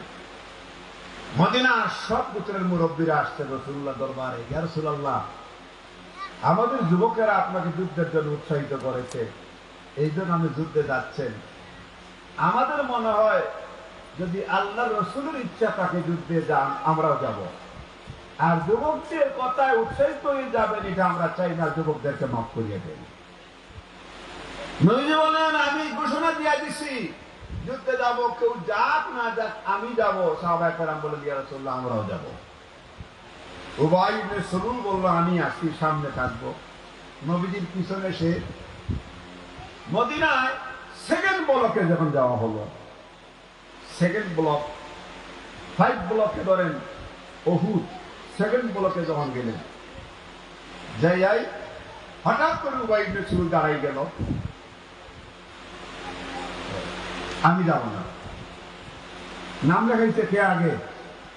কে লেখাইছে? আমি যাব না। সাহাবায়ে কেরাম বললেন যে আপনি যাকে নাম লেখাইছেন আর নবীর সঙ্গে থাকেন আর কাপড় চোপড় ভালো করে তেল চুল মাইকা নবীর পাশে আসেন, যাবেন না কেন? বলে আমি যাব না। মুহাম্মদ সাল্লাল্লাহু আলাইহি ওয়াসাল্লাম হুট করে সিদ্ধান্ত নিয়ে নিয়েছেন কালকে বিকালে, আর এই যুদ্ধে আমরা যাব, কোন পরামর্শ ছাড়া যদি ক্ষতি হয় দায়িত্ব কে নিবে? আমি যুদ্ধে নাই। নাউজুবিল্লাহ বলেন না? নাউজুবিল্লাহ বাড়িতে গিয়ে কইবেন নাকি? দেখছেন নাম লেখাইছে কবে? আগে নাম লেখায় নাই। উবাই ইবনে সুলুল ডাক দিয়ে বলল, শোনো সাহাবীরা, আমি কিন্তু মুহাম্মদ সাল্লাল্লাহু আলাইহি সাল্লামের ডাকে আজকের যুদ্ধে যাব না। আমার সঙ্গে যদি আরো কেউ থাকো তোমরাও যাইবা না। হাত উঠাও, কারা কারা আমার সঙ্গে থাকবা আর কারা কারা মুহাম্মদের সঙ্গে থাকবা। উবাই ইবনে সুলুল যখন হাত উঠাইল, তার সঙ্গে আরো 300 জনে হাত উঠে বলল, আমরাও যাব না। নাউজুবিল্লাহ বলেন। ফজরের নামাজ পড়ছে আমার নবীর পিছনে, মসজিদে নববীতে নামাজ পড়েছে আমার নবীর পিছনে, নাম লেখাইছে আগে, জুব্বা ভালো, চেহারা ভালো। সেকেন্ড বলকে গিয়া বলে আমরা মুহাম্মদের সঙ্গে যাব না। 300 জন তারা দাঁড়িয়ে গেল। হযরত আবু বকর বলেন, ইয়া রাসূলুল্লাহ, ইয়া হাবিবাল্লাহ, নবী গো, কাফেররা তো সংখ্যায় বেশি, 1000, আর আমরা মাত্র এখানের মধ্যে আছি কয়েকজন, আর ওইদিকে কাফের 1000, ওইদিকে 1000, টোটাল 3000। ইয়া রাসূলুল্লাহ, এই অবস্থায় মাত্র 700 জন লোক নিয়ে আমরা যাব কি যাব না? নবী আবু বকর রে, আমি হচ্ছি আব্দুল্লাহর বেটা মুহাম্মদ, আমি কুরাইশ বংশের সন্তান, আমার বংশের পরিচয় আছে। আমার বাবার নাম আব্দুল্লাহ, দাদার নাম আব্দুল মুত্তালিব, আব্দুল মানাফ, এইভাবে বংশ। নবীজি বললেন, আনা নাবিয়্যু লা কাযিব, আনা মুহাম্মদ ইবনে আব্দুল্লাহ, আমি মিথ্যুক না। তোমরা যদি কেউ না যাও তাহলে আমি যুদ্ধের ময়দানে যাব, যেহেতু আমি ঘোষণা দিয়েছি, আমার কোনো ভয়ের কারণ নাই। ধরে ধরে কোন সুবহানাল্লাহ। উবাই ইবনে সুলুল মুনাফিক থেমে গেল। মুনাফিক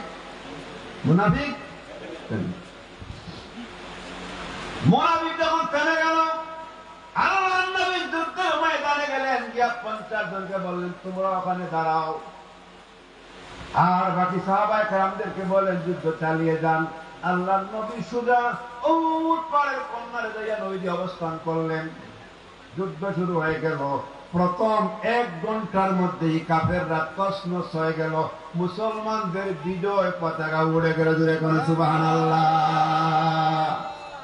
আমার দয়াল নবী যেই দেশে ঘুমায়, আমার প্রেমের রাসূল যেই দেশে ঘুমায়। বলেন, আমার প্রেমের রাসূল যেই দেশে ঘুমায়। যুদ্ধ শুরু হয়ে গেল মুসলমানদের ভিতর। এর মধ্যে কাফেররা ছত্রভঙ্গ হয়ে গেল, সাথে করে রেখিলার যুদ্ধের মালামাল গুলি তারা ফেলে গেল। মুসলমানরা বিজয় হয়ে তারা গনিমতের মাল, যুদ্ধের ময়দানে যে মালগুলি ফেলে যায়, এগুলি গনিমতের মাল সংগ্রহ করতে লাগলো। এইদিকে 50 জন যে উপরে ছিলেন, একজনে বলল, উস্তাদ দেখতেছি নিচে মুসলমানদের বিজয় হয়ে গেছে, আমরা দাঁড়িয়ে রয়েছি উপরে। আমাদের ভাইয়েরা তারা ওই কাফেরদের ফেলে দেওয়া মালামালগুলি সংগ্রহ করতেছে। আমরা না গেলে আমাদের বাগে পড়বে না, আমরাও চলে যাই। আব্দুল্লাহ ইবনে জুবাইর বললেন, না, যেতে পারি না, আল্লাহ নবীর আদেশ ব্যতীত আমি উপর থেকে নিচে নামবো না। একজনে বলল, তোর শেষ হয়ে গেছে যুদ্ধ, এখন আর হুকুম রয়েছে নাকি? এই বলি একজন নিচে নেমে গেল, আরেকজন নামলো, আরেকজন নামলো, আরেকজন নামলো। নিচে নামতে নামতে 42 জন নিচে নেমে গেলেন। 50 থেকে 42 জন গেলে উপরে থাকে কয়জন বলেন? 8 জন। এই 8 জন অন্যদিকে মুখ করে দাঁড়িয়ে আছেন। এর মধ্যে হঠাৎ করে খালিদ বিন ওয়ালিদ ছিলেন কাফেরদের দলের নেতা। খালিদ বিন ওয়ালিদের একজন সৈন্য বলে, উস্তাদ, আমরা তো মায়ের খাইলাম, সব ফেলে যাচ্ছি, কিন্তু দেখতেছি উপরে তীরন্দাজ 50-এর মধ্যে মাত্র 8 জন আছে, কিছু একটা করে যায়, ওরা নিরস্ত্র অবস্থায় আছে, আসেন না। খালিদ বিন ওয়ালিদ সুচতুর যোদ্ধাবল, চট করে গোড়া গোড়াই আইসা উপরে উঠে ওই 8 জনকে প্রথমে শহীদ করে দিলেন। ইন্না লিল্লাহি ওয়া ইন্না ইলাইহি রাজিউন। নিচে এলোপাতাড়ি শুরু করলেন মুসলমানরা, কেউ অস্ত্র না, যুদ্ধের ফিরে যাওয়া গনিমতের মালগুলি তারা সংগ্রহ করতেছে। এর মধ্যে তো তারা শুরু করলো এলোপাতাড়ি, এমনকি মারতে মারতে আব্দুল্লাহ ইবনে জাহাশ, আল্লাহ নবীর ফুফাতো ভাই, এমনকি সর্বশেষে নবীজির কলিজার টুকরা 50 সাহাবীতে আমির হামজাকে তারা শহীদ করে দিল। কথাটা এই জন্য বললাম, এই দিন সকালবেলা যখন যুদ্ধের ময়দানে আল্লাহ নবীর দামদার মুবারকের উপর আঘাত হলো, রক্তে আল্লাহ নবীর চেহারা লাল হয়ে গেল। যেখানে নবীজির রক্ত মুবারক পড়েছিল, আল্লাহর কসম, এখন ওই জায়গার মধ্যে রক্তের দাগ রয়েছে। মদিনায় খবর গেল, মুসলমানেরা, আরে কে কোথায় আছো? তোমাদের নবী উহুদের ময়দানে শহীদ হয়ে গেছে। এই এলাকায় যখন হয়ে গেল, নারীরা ঘর থেকে বের হয়ে গেলেন। একজন যুবক, যার নাম হলো আমির বিন হুসাইরের, একজন যুবক যিনি মুসলমান না, ডাক নাম হলো ওয়াসিফ। তিনি কিন্তু মুসলমান না, খ্রিস্টান ধর্মাবলম্বন করে। ডাক্তার বিবিরে বলল যে মুহাম্মদ কারো বিরুদ্ধে কথা বলে না, যে মুহাম্মদ বিপদে বললে সাহায্য করে, কতবার দাঁড় নিয়ে আসি, সাহায্য নিয়ে আসছি, এই মুহাম্মদকে ওরা মেরে ফেলবে, আমি বাইচাইতে গেলাম কি? বিবি গো, এই মুহূর্তে কলমা পড়ে আমিও চলে গেলাম যুদ্ধের ময়দানে। বিবি বললেন, যাও যাও, প্রয়োজনে ডাক দিও, আমিও যাব। এমন বড় মানুষকে ওরা মারবে, আমরা ঘরে থাকতে পারি না। দৌড়ে দৌড়ে তিনি উহুদের মধ্যে গেলেন। তিনি উহুদে যাচ্ছেন, আরেকজন নারী দৌড়াই দৌড়িয়া যাচ্ছে যুদ্ধের ময়দানে। ওই নারীকে একজনে দাঁড় করাইলেন, ওহে আল্লাহর বান্দী, তুমি কোথায় যাও?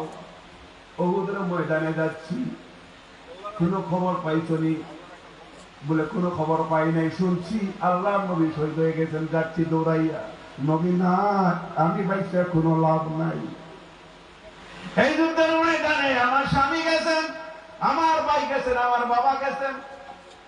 ওই লোকটি বললো, হে আল্লাহর বান্দী, তুমি কি জানো না এই যুদ্ধের ময়দানে কিছুক্ষণ আগে তোমার বাবা শহীদ হয়ে গেছেন? আল্লাহর বান্দী বলল, ইন্না লিল্লাহি ওয়া ইন্না ইলাইহি রাজিউন। আমার বাবা আল্লাহ নবীর কদমে জীবন দিয়েছেন, আমি খুশি আছি, তবে খবর বলো আমার দিনের নবী কেমন আছে?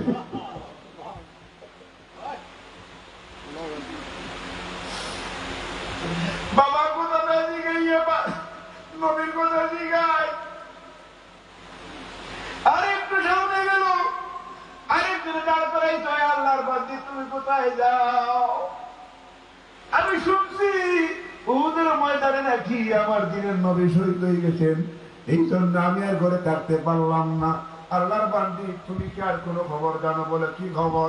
কিছুক্ষণ আগে তোমার বাবা, তারপরে তোমার আপন ভাই শহীদ হইয়া গেছে। ইন্না লিল্লাহি ওয়া ইন্না ইলাইহি রাজিউন। আল্লাহর বান্দী বলে, আমার বাবা আমার ভাই আল্লাহ নবীর কদমে আমি সংক্রমণ করলাম, বলো দেখি আমার দিনের নবী কেমন আছে। আর একটু সামনে গেলেন, যাওয়ার পরে আরেকটু দাঁড় করাইল, ওহে আল্লাহর বান্দি, তোমাকে তো সবাই চিনে, তুমি বলো ভালো নারী, কোথায় যাচ্ছ? উহুদে যাচ্ছি। কোন খবর পাইছো? খবর পাইছি আমার দিনের নবী নাকি শহীদ হয়ে গেছেন। তখন ওই লোকটি বলল, তোমার দিনের নবী এখনো শাহাদাত বরণ করেন নাই, দিনের নবীর দান শহীদ হয়েছে, কিন্তু আসল খবর হলো কিছুক্ষণ পূর্বে তোমার স্বামী উহুদের যুদ্ধে শহীদ হয়ে গেছে। আল্লাহর বান্দী বললেন, ইন্না লিল্লাহি ওয়া ইন্না ইলাইহি রাজিউন। আমার ভাই, আমার বাবা, আমার স্বামী, তিনজনকে আমি আল্লাহর নবীর কদমে সমর্পণ করলাম, বলো দেখি আসল খবর আমার নবী কি বেঁচে আছে? আল্লাহু আকবার। এইভাবে ইমান স্পিড ছিল। কোথায় ইমান আমাদের? কোথায় সাফাই গেলাম ইমান? আল্লাহর বান্দী দৌড়াইয়া গেছে উহুদের ময়দানে, জিগায় আমার দিনের নবী কোথায়? সাহাবীরা ডেকে, ওগো আল্লাহর বান্দী, ওইদিকে তোমার স্বামীর লাশ খুঁজতেছো নাকি? তোমার ভাইয়ের লাশ খুঁজো নাকি? তোমার বাবার লাশ খুঁজো নাকি? বলে না, আমি আমার দিনের নবীর চেহারা দেখতে চাই। আমার নবী থাকলে আমার সব আছে, আমার স্বামী, আমার বাবা, আমার ভাই, সব আল্লাহর দ্বীনের জন্য নবীর কদমে জীবন দিয়েছে। বলেন সুবহানাল্লাহ, আল্লাহু আকবার। এটাই ছিল ইমানের পাওয়ার। উম্মতের বেতায় নবী কান্দিত, কাফেরেরা ঢিলা পাথর মারিত, কাফেরেরা ঢিলা পাথর মারিত। আল্লাহুম্মা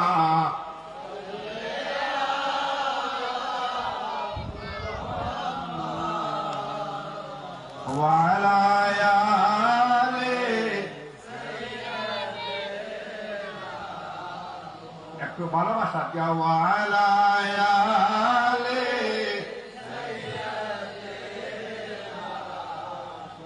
ধরে নিবে,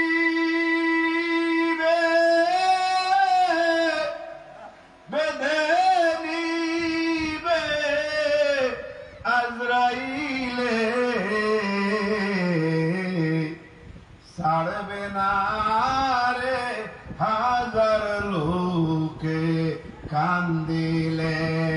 আল্লাহ ও মা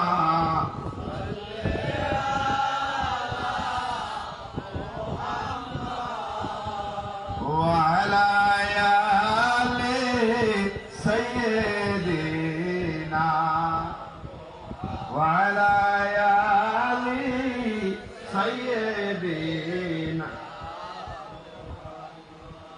কষ্ট হয় আপনাদের না, এটা তো শহর, গ্রামের 2টা 2:30 বাজে, 3টা বাজে, শহরে এটা করা যাবে না। অনেক মানুষের সকালে ভোর 6টা থেকে কারো কর্ম শুরু হয়, ঠিক কিনা? তারা 5টা থেকে শুরু হয়ে যায়। এই দিক বিবেচনা করে আমরা শোধ করবো। তবে ওই যে একজন লোক গেলেন দৌড়াইয়া, মুসলমান ছিলেন না, ওনার কথাটা আমি একটু ব্যাখ্যা দিয়েছি নাকি? আর উবাই ইবনে সুলুল কি বললো কথাটা বলে ইনশাআল্লাহ সমাপ্তি করে দিব।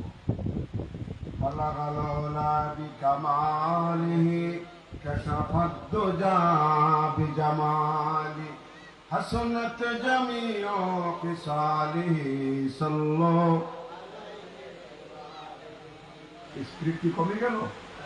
তাহলে জোরে জোরে বালাগালানা বিকামালিহি কাশাফাদ দুজা বিজামালি حسنت جميع خصاله صلوا আরশ আলায় গেলেন মেরাজ রাতে মধুর মিলন হলো খোদার সাথে আরশ আলায় গেলেন মেরাজ রাতে মধুর মিলন হলো খোদার সাথে তোমার কদম তুলি পেয়ে দন্ন দন্ন আরশ মুকাম বলগালা বিকামালিহি কশফত দুজা বিজামালি হাসনাত জামিয়া খিসালিহি সাল্লাল্লাহু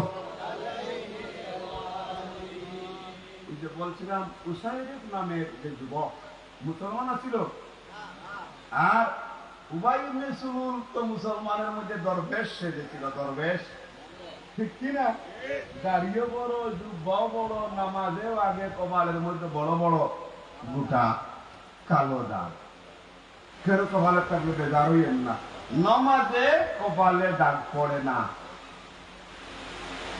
নামাজে কপালে দাগ পড়লে সবচেয়ে বেশি দাগ পড়তো আমার নবীজির দাগ করতো ইমাম আজম আবু হানিফার দাগ করতো ইমাম আহমদ ইবনে হাম্বলের দাগ করতো ইমাম শাফির দাগ করতো ইমাম মালিকের দাগ করতো ওলিয়া আল্লাহ সকলের ঠিক কিনা বলে কারণ এরা আমাদের দেখতে নামাজ কম পড়ছে না বেশি পড়ছে কম না বেশি তারা পাথরের মধ্যে নামাজ পড়ছে তো আধুনিক কার্পেট আধুনিক নামাজের মুসল্লা এইগুলি ছিল না সাহাবায়ে কেরাম যখন কাবার পাশে নামাজ পড়তেন টুকরা টুকরা পাথর আমরাও টুকরা টুকরা পাথর গিয়ে পাইছি আমরাও পাথর পাইছি টুকরা টুকরা পাথর হাঁটছি দৌড়াইছি পেটে যেত হইলে এর মধ্যে নামাজ আমরাও পড়ছি সাহাবীরা পড়ছেন তখন কোন সাহাবায়ে কেরামের দাগ পড়ে নাই দাগ পড়ে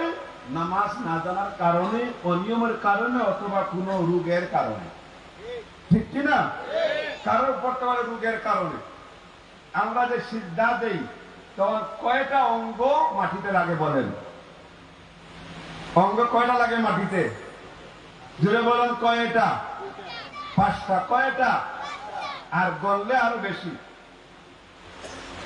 গললে আরো বেশি হবে যেমন প্রথম লাগে আমাদের দুই পায়ের দুই বৃদ্ধা আঙ্গুল সুদ্ধা গেলে এটা লাগেনি তারপরে দুই হাঁটু হইল কয়টা কয়টা হইল চারটা দুই পাও দুই হাঁটু চারটা তারপরে দুই হাত হইল কয়টা ছয়টা তারপরে কপাল না নাক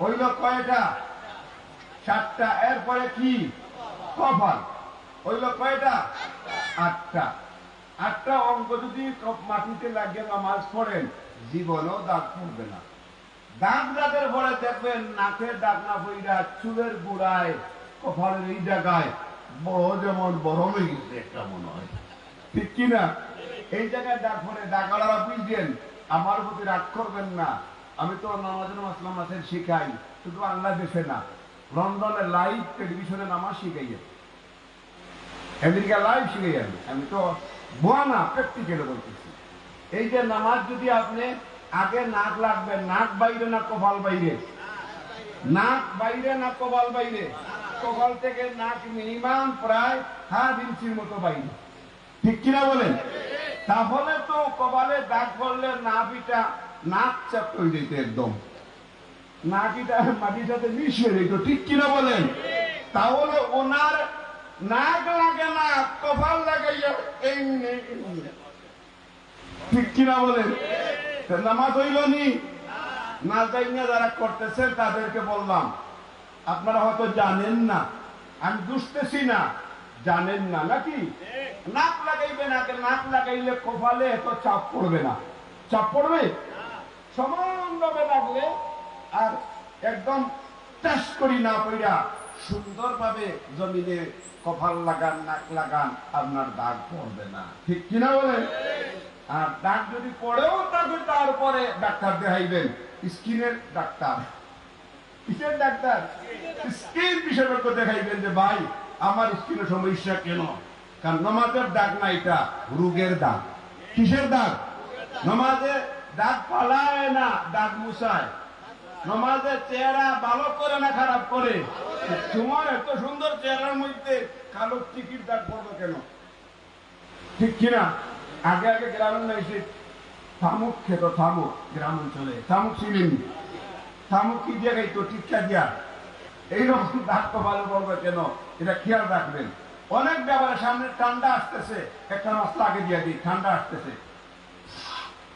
অজুর ফরজ কয়টা? অজুর ফরজ কয়টা? কথা বলেন, অজুর ফরজ কয়টা? আরো জোরে, জোরসে বলো। 4টা বলছে মারি দিছে, দিকেই তো অনেকে করতে পারতো না। কোন কোন মানুষের জন্য শীত মৌসুমে 5টা, কারোর জন্য 6টা মশলা দেখে রেখেন। বলবেন যে আমরা এলাকায় উনি বেদাল লাগাই গেছে, ঠিক কিনা? শীত মৌসুমে কারো কারোর জন্য 5টা, কেমনে জানি না। শীত মৌসুমে পায়ের গুড়ালির দিকে অনেকের কিন্তু এক ধরনের ফাটা দিয়া যায়, ঠিক কিনা বলেন? দেখি না, ফাইটা যায় না? এইখানে পানি সহজে ঢুকে না। অজু কইরা দেখবেন এটার ভিতর শুকনা রয়েছে। শীত মৌসুমে ওই পায়ের গুড়ালির মধ্যে ডলা দিয়া পাওরে বালা করি লাড়াইয়া পানি ঢুকানো হইল ফরজ, নইলে অজু হবে না। কিন্তু গরমের শীতনে পানি ডাললেই পা ভিজে যাবে, কারণ এটা নরম থাকে, সফট থাকে। আর শীত শীতনে কিরম থাকে? শক্ত থাকে না? শক্ত থাকে না? দেখেন পাটা দিচ্ছে, ভিতরে পানি ঢুকে না। পানি না ঢুকলে আপনার অজু হবে না। এই জন্যই শীত শীতনে অজুর ফরজ একটা বেশি, পানি পৌঁছাইতে হবে। আরেকটা মশলা হলো যাদের দাড়ি ঘন দাড়ি, এমনও দাড়ি মাঝে মাঝে আছে বুলেট দুঃখ নেই, এরকম দাড়ি আছে না? আবার দাড়ি রাখতে রাখতে রাখতে উবাইবে চুলের মতো দাড়ি দিয়া উঠান ঝাড়ু দেওয়া যাইব, এইরকম। এগুলা নবীর দাড়ি না। এগুলা কার দাড়ি না? নবীর দাড়ি সুন্নাহ, এক মুঠ, তার চেয়ে একটু বেশি হইতে পারে। অনেক বড় দাড়ি যদি মুমিন হয়ে দেখত, তাহলে সবচেয়ে বড় মুমিন হইব রবীন্দ্রনাথ ঠাকুর, ঠিক কিনা বলেন? দাড়ি কম নি। বহুত খ্রিস্টান দেখছি দাড়ি বড় বড়, ইহুদি দেখছি আমি, ইহুদিদের বড় বড় বড় দাড়ি আমি দেখছি। আমার সাথে অনেকগুলো ছবি আছে। ওই দিন কানাডায়, গত সপ্তাহ আগের সপ্তাহে কানাডায় বড় একজন পাত্রী 2 জন আসছে। বাবারে বাবা, শীত লাগতেছে। আমি তার বললাম, আমার ছেলে আসিল লোকে বললাম, তোমার গাড়ি দিলে তো আমার আর চাদর লাগতো না। আমি যে বাংলা বুঝিটা বুঝছি না, তো আমার ছেলের আব্বু হইয়েন না এগুলা। দেখি গাড়ি পেলাম দিলে তো আমার আর চাদর লাগতো না, দিয়ে ঠান্ডা। এরকম দাঁড়িয়ে আছে তাদের, দাঁড়িয়ে উবাইবে সুলুমের মতো দাঁড়িয়ে মুসল্লি না, ইমানে মুসল্লি, আমলে মুসল্লি, আকীদায় মুসল্লি, ঠিক কিনা বলেন? দাঁড়িয়ে খালি দিত না। বেলালের বড় দাঁড়িয়ে ছিল না, যায়েদ বিন হারেসার বিশাল দাঁড়িয়ে ছিল না। ইমান আসিল পাহাড়ের চাইতে বড়। ইমান আসিল কি? ইমান আসিল কি? পাহাড়ের চাইতে বড় ইমান আসিল। পার সিনার উপরে দিয়েছে, ইমান ত্যাগ করে নাই। সুবহানাল্লাহ বলেন না? আর আমরা তো অল্প কিছুর জন্যই তো তীর তালাক দিয়ে দিব। আমরা কয়টা টাকার লাগিয়া, পয়সার লাগিয়া, টাকার লাগিয়া 10 জায়গায় তীর ধরব। তীর 10 জায়গায় ধরা তো কোনো অসুবিধা না। যে মাল সামানা পায় না সে তো বা অন্য জায়গায় যাই তুইব, ঠিক কিনা বলেন? এক দোকান না পাইলে আরেক দোকানে যাই তুইব। এক দোকানে যদি ওনার চলে না, আরেক দোকানে যাই তুইব, ঠিক কিনা? এখন যদি ইমান ঠিক কইলে যে এক জায়গায় পয়সা থাকে, এখান থেকে মাল নিয়ে যেতে হবে। এমন এক ইউনিভার্সিটির ছাত্র আমি, আপনি, আমি যে ইউনিভার্সিটিতে কি রাস্তাঘাটে মাল বিক্রি করা হয় না, এখান থেকে অর্জন করে নিতে হয়, ঠিক কিনা বলেন? এটা অর্জন করার জন্য ঈমান, আকীদা, বিশ্বাসের সাথে ত্যাগ লাগবে। ত্যাগ ছাড়া এখান থেকে মাল পাওয়া যাবে না, ঠিক কিনা বলেন?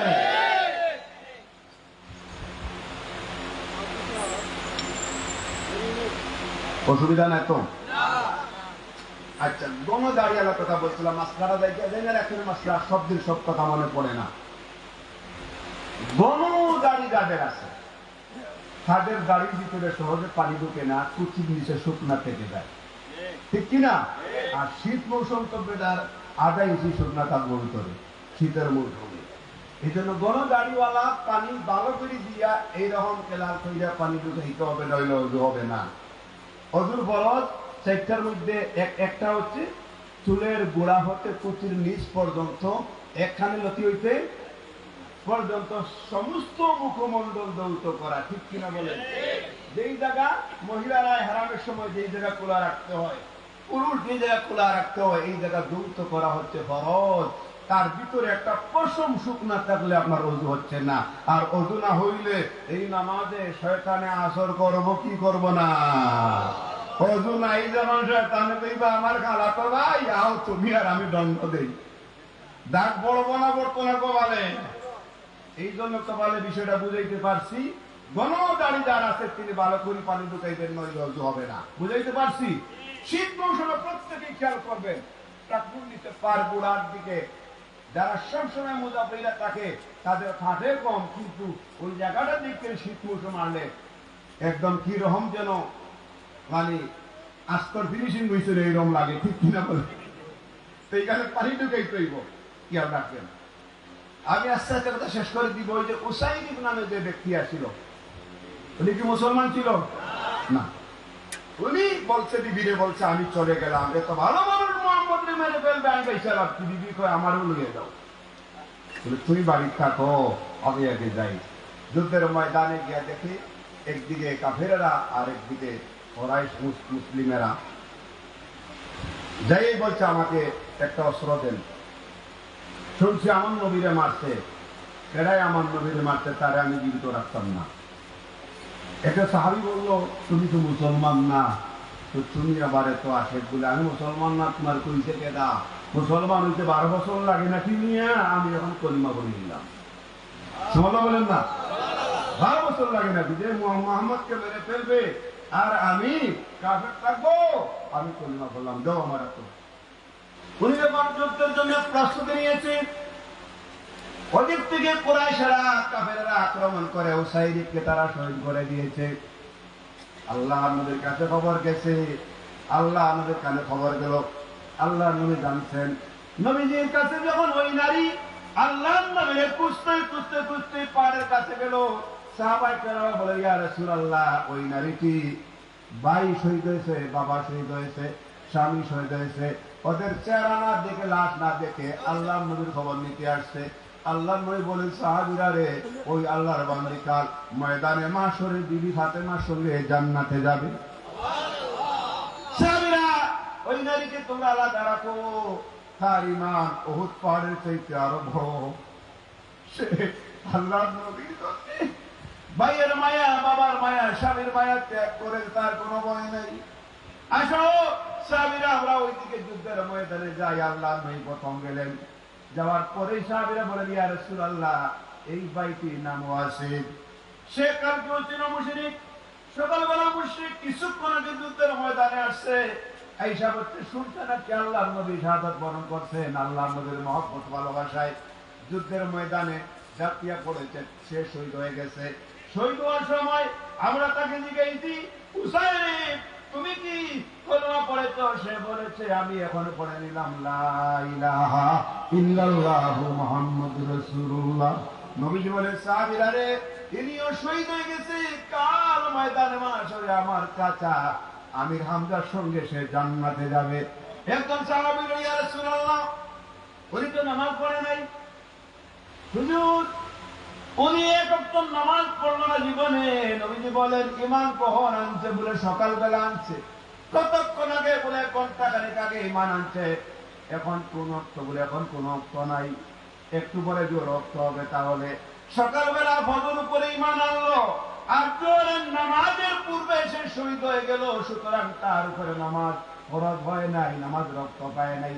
সুতরাং কাল ময়দানে মাশরে আল্লাহ পাক তাকে নামাজীদের কাতারে হযরতে আমির হামজার সঙ্গে দাঁড় করাইবে। ধরে এখন সুবহানাল্লাহ, আল্লাহু আকবার, আল্লাহু আকবার, আল্লাহু আকবার।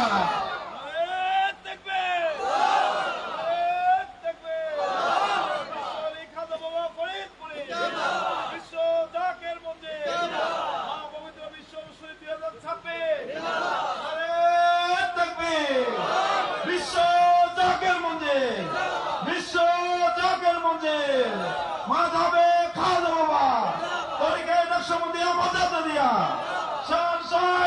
পুরী বিশ্বলী খাদুল্লাহ ফরিদপুরি নারে তাকবীর।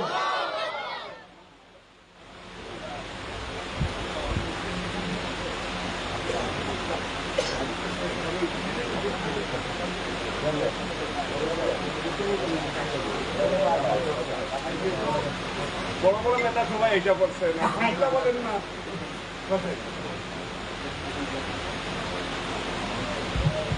সবাই আলহামদুলিল্লাহ বলেন না, এলাকাবাসী ধন্য আলহামদুলিল্লাহ বলেন না। বিশ্ব জাকের মঞ্জিল যাদের পরিশ্রমে তিলে তিলে অনেক বড় বিশাল দরবার শরীফ গড়েছে, তার মধ্যে বড় একটি ভূমিকা যিনি ঢাকার রাজধানীর রাজকীয় বাড়ি ছেড়ে জাকের মঞ্জিলে দিয়া মাটি কাটার দায়িত্ব নিয়েছিলেন। আলহামদুলিল্লাহ বলেন না। আমাদের আবুল ভাই সবাই যাকে সম্মান করে শ্রদ্ধা করে আলহামদুলিল্লাহ। কারণ পীরের দরবারে শারীরিক কষ্ট ছাড়া, পরিশ্রম ছাড়া সেখান থেকে মাল পাওয়া যাবে না। নবীর দরবারে সাহাবায়ে কেরাম জীবনটাও দিয়েছেন, ঠিক কিনা? এ কথা বুঝাইতে পারছি আপনাদেরকে। নিজের সন্তান, নিজের বাবা, নিজের স্বামীর চাইতে, নিজের ভাইয়ের চাইতে নবীকে ভালোবাসছে, ঠিক কিনা? লা ইউমিনু আহাদুকুম হাত্তা আকুনা আহাব্বা ইলাইহি মিন ওয়ালিদিহি ওয়া ওয়ালাদিহি ওয়ান নাসি আজমাইন। তোমার বাবা, তোমার মা, তোমার ভাই, তোমার সন্তান, তোমার সম্পদ, এই সবের চাইতে নবীকে ভালোবাসলে তুমি ঈমানদার, ঠিক কিনা? আর পীরকে এইভাবে ভালোবাসতে হবে যদি হক্কানি পীর হইয়া থাকেন। আমরা যে পীরের দরবারে গিয়েছি, আপনাদের ধারণা বোধহয় আমার পীর হক্কানি নাই, নাকি হক্কানি পীর? হক্কানি পীর। উনি কি আল্লাহর ওলি? উনি আল্লাহর ওলি। উনি যে পাওয়ার নিয়ে আসছেন, এই অধিককে পাওয়ার আর কারণ নেই, স্পেশাল পাওয়ার। আল্লাহু আকবার। কারণ উনি কারোর বাড়ি করে যায় নাই, দাওয়াত খাইতে যায় নাই, কারো বাড়িতে গরুর লাগি, ছাগল লাগি, ডাইল লাগি যায় না। গেছেনি? গেছেনি? যার যে প্রয়োজনে তিনি সেখানে যাচ্ছে, ঠিক কিনা বলেন? সমস্ত ওলি আল্লাহদের জীবনী একরকম, আর খাজা বাবা ফরিদপুরীর জীবনী আরেক রকম। তিনি কোথাও দাওয়াতের জন্য কারোর বাড়ি থেকে চাউল আনার জন্য যায় নাই, টাকা আনার জন্য যায় নাই। গেছিলেন? গেছিলেন? যায় নাই। আমরা সেখানে যাওয়ার সময় কিছু নজরানা, নজর নিয়াজ আমরা নিয়ে যাই। আলহামদুলিল্লাহ বলেন না? আলহামদুলিল্লাহ বলেন না? কোরআনে এই নজর নিয়াজের কথা রয়েছে। আমি শেষ করে দিচ্ছি আলোচনা আগেই, তারপরে 2-3 মিনিট বলবো। আমার ওয়াজ শেষ হয়ে গেছে আগে। একটু আগান না, আগান না, সামনে সামনে সামনে গ্যাপটা পূরণ করেন। সামনে আসেন, সামনে সামনে আরো আসেন না, সামনে আসেন না। আরে বাবা, আমার সাথে কোনো পিস্তল নাই, আইলে সামনে আগেই যান। মাঝখানে কোনো স্পেস রাখা লাগতো না। এখানে এমন একটা অস্ত্র আছে যে অস্ত্র দিয়ে এসএমজি এলএমজি থেকে বেশি পাওয়া। এই অস্ত্র খাওয়া ফরিদপুরি গাজমা আছে, আর এই অস্ত্রওয়ালা কিছু লোক স্টেজে আছে, যারা ইচ্ছা করলে আকাশের চন্দ্র নামাই দিতে পারবে। আল্লাহু আকবার। আল্লাহু আকবার। এটা সেই অস্ত্র আছে। আলহামদুলিল্লাহ বলেন না? আলহামদুলিল্লাহ। এটা ইমানি অস্ত্র, এটা মহব্বত ভালোবাসার অস্ত্র, ঠিক কিনা? ঠিক। তো শেষ কথা যেটা বলছিলাম, যে আমরা এই নজর নিয়াজের যে কথাটা অনেক জায়গায় কর্মীরা গেলে আপনাদেরকে শিখায়, কিছু নজর নিয়াজ দরবারে দেন। আপনাদেরকে বাঁচানোর জন্য সরকারের ট্যাক্স নেওয়ার জন্য ঘরে প্রয়োজনে পুলিশ পাঠায়, নাকি গোয়েন্দা পাঠায়, এই ট্যাক্স নিয়ে আপনাকে বাঁচায়। গাড়ি ট্যাক্স আপনি দিলে আপনি ফ্রি গাড়ি চালাচ্ছেন, মুক্ত, টেনশন নাই। ট্যাক্স না দিলে তো আপনি বিপদগ্রস্ত, ঠিক কিনা বলেন? আর ট্যাক্স জমাই দিয়েছেন, এক লগে 2 লাখ 2.5 লাখ, এরপরে ঘুষ দিয়া এই কইরা সেই কইরা না দেওয়ার বান করা, না দেওয়ার বান করার চাইতে কম থাকতে দিয়া দেওয়া ভালো। কথা ঠিক কিনা বলেন? ওলি আল্লাহর দরবারে ট্যাক্স দিতে হবে। ওলি আল্লাহ হচ্ছেন জমিদের, এই জমিনের তার অভিভাবক। আল্লাহ কোরআনে বলছেন, বিসমিল্লাহির রহমানির রহিম, ইয়া আইয়ুহাল্লাযীনা আমানু ইযা নাজাইতুমুর রাসূল ইযা ناجيتم الرسول فقدموا بين يدي نجواكم صدقة ذلك خير لكم وأطهر الله أكبر এটা সূরা মুজাদালা এটা কি কোন সূরা আমি যে পাঠ করলাম এটা কোন সূরা সূরা মুজাদালা কোন সূরা সূরা মুজাদালার মধ্যে আমার আল্লাহ বলছেন তোমরা যখন নবীর দরবারে যাইবা নবীর দরবারে যখন যাইবা কিছু জানার জন্য কিছু শেখার জন্য কিছু বোঝার জন্য তখন তোমরা নজরানা নিয়ে যাইও হাদিয়া নিয়ে যাইও আমি কোরআন থেকে বলতেছি আলেম ওলামারা যারা শুনতেছেন যে খান থেকে আমি কোরআন থেকে বলতেছি আল্লাহ বলছেন নবীর দরবারে হাদিয়া নিয়ে যাইও নজরানা নিয়ে যাইও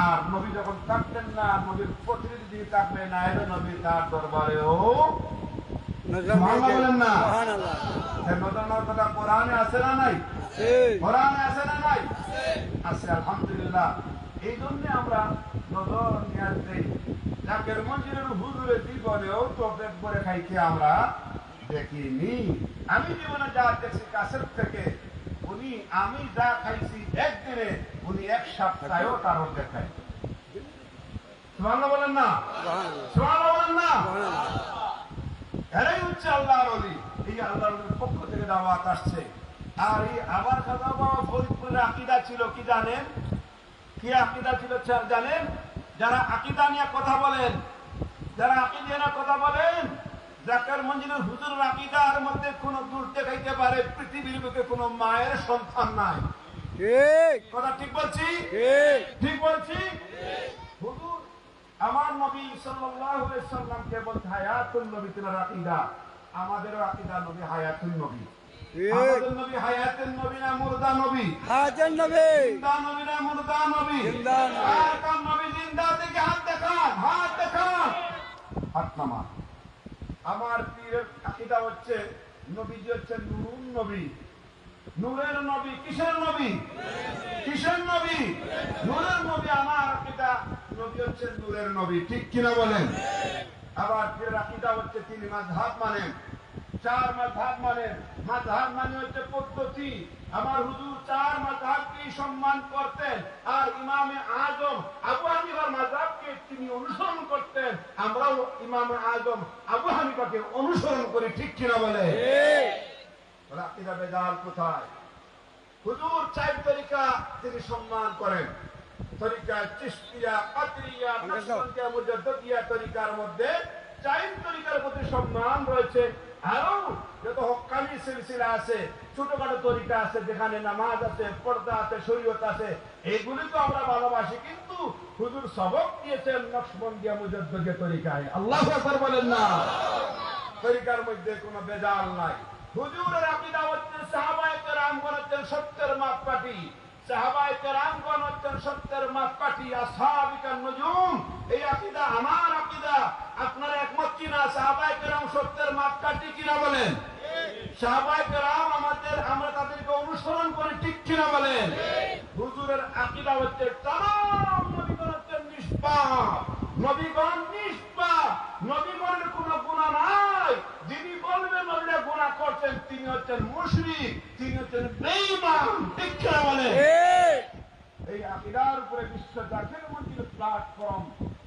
অবস্থান করছে খাজা বাবা ফরিদপুরি এই আকীদা প্রচার করেছে হুজুর বলেছেন বাবা পীর মকসুদ না শুনিয়া রাখেন পীর মকসুদ না মকসুদ হচ্ছেন আল্লাহ আল্লাহর রাসূল ঠিক কিনা বলেন যারা আমার থেকে সিনিয়র আমার থেকে 15-20 বছর আগে যারা গেছেন তাদেরকে জিজ্ঞাসা করেন হুজুরের আকীদা হলো পীর মকসুদ না বাবা পীর পথ দেখানেওয়ালা রাস্তা দেখানেওয়ালা একজন টিচার যেই টিচারের শরীয়ত মারিফত হাকিকতের রাস্তা দেখাইয়া তোমাকে জাহান্নামের রাস্তা থেকে জান্নাতের রাস্তা দেখাইতে পারে তিনি হচ্ছেন আসল টিচার আমরা এই জন্য খাজা বাবা ফরিদপুরীকে আমাদের দুনিয়া আখিরাতের পথ প্রদর্শক হিসাবে আমাদের আসল টিচার হিসাবে আমরা তার অনুসরণ করি তিনি হচ্ছেন মুর্শিদ কেবলা আল্লাহু আকবার বলেন না মুর্শিদ অর্থ কি মুর্শিদ অর্থ কি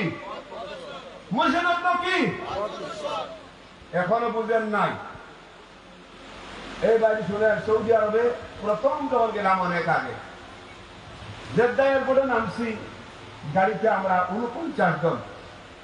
ড্রাইভারে গাড়ি ছাড়ে না, কয় লালদিন মুর্শেদ। লালদিন মুর্শেদ মানে আমার করে মুর্শেদ ছিল, মুর্শেদ লালদিন অন্যইলে গাড়ি আমি ছাড়বো না। আমি বললাম যে মুর্শিদ নিয়ে বাংলাদেশে একটু ঝামেলা, হ্যাঁ দেখি মুর্শেদ আইতো। মুর্শিদ আইলে দেখতাম কেমন মুর্শিদ। বাংলাদেশে অনেকে মুর্শিদ মানতেই রাজি না। একটু পরে দেখি যে 3 কোয়ার্টার পরানো কালো কুৎসিত এক ছেলে আইছে, হাতের মধ্যে চিবাইতেছে, দিচ্ছি ওরা কদুর দিতে গায়ে চিবাই আয়া গাড়িতে উঠছে। ড্রাইভার বলছে আল্লাহ রোহ, ড্রাইভারও বিসমিল্লাহ করে ছাড়ি দিল। বললাম মুর্শিদ খান, ড্রাইভার হ্যাঁ না মুর্শিদ, তুমি মুর্শিদ। বলে মুর্শিদের অর্থ কি? বলে এইটা তোমার গড় যেখানে ওখানে ওই দেখাই নিয়ে যাবে। ড্রাইভার ওয়ান টাইম মিশরীয় ড্রাইভার, সরিয়ালি ড্রাইভার, সে পথ চিনে না, ওই মুর্শিদের পথ দেখাই আমাকে গন্তব্য নিয়ে পৌঁছাই দিবে, তাকে বলা হয় মুর্শিদ। তখন বুঝলাম তো তাহলে তো আমরাও তো জায়গা ঠিকানা মতো গেছি। যেই মুর্শিদে আমাকে জাহান্নামের রাস্তা থেকে জিরাইয়া জান্নাতের দরজায় পৌঁছাই দিবেন, যে রাস্তা দেখাই দিবেন, তিনি হচ্ছেন তো আসল মুর্শিদ। ঠিক কিনা বলেন? তো হুজুরের আকীদার মধ্যে অনেকে বেজার বলেন, আমি চ্যালেঞ্জ করতে পারি, আমি চ্যালেঞ্জ করতে পারি, কোন মায়ের সন্তান নাই আমার পীরের আকীদার মধ্যে কোন বেদাল দেখাইতে পারে। তিনি একজন প্রকৃতপক্ষে সহি আহলে সুন্নাত ওয়াল জামাতের আকীদা বহন করনেওয়ালা। 2000 এই আপনার 19 আপনার এই 94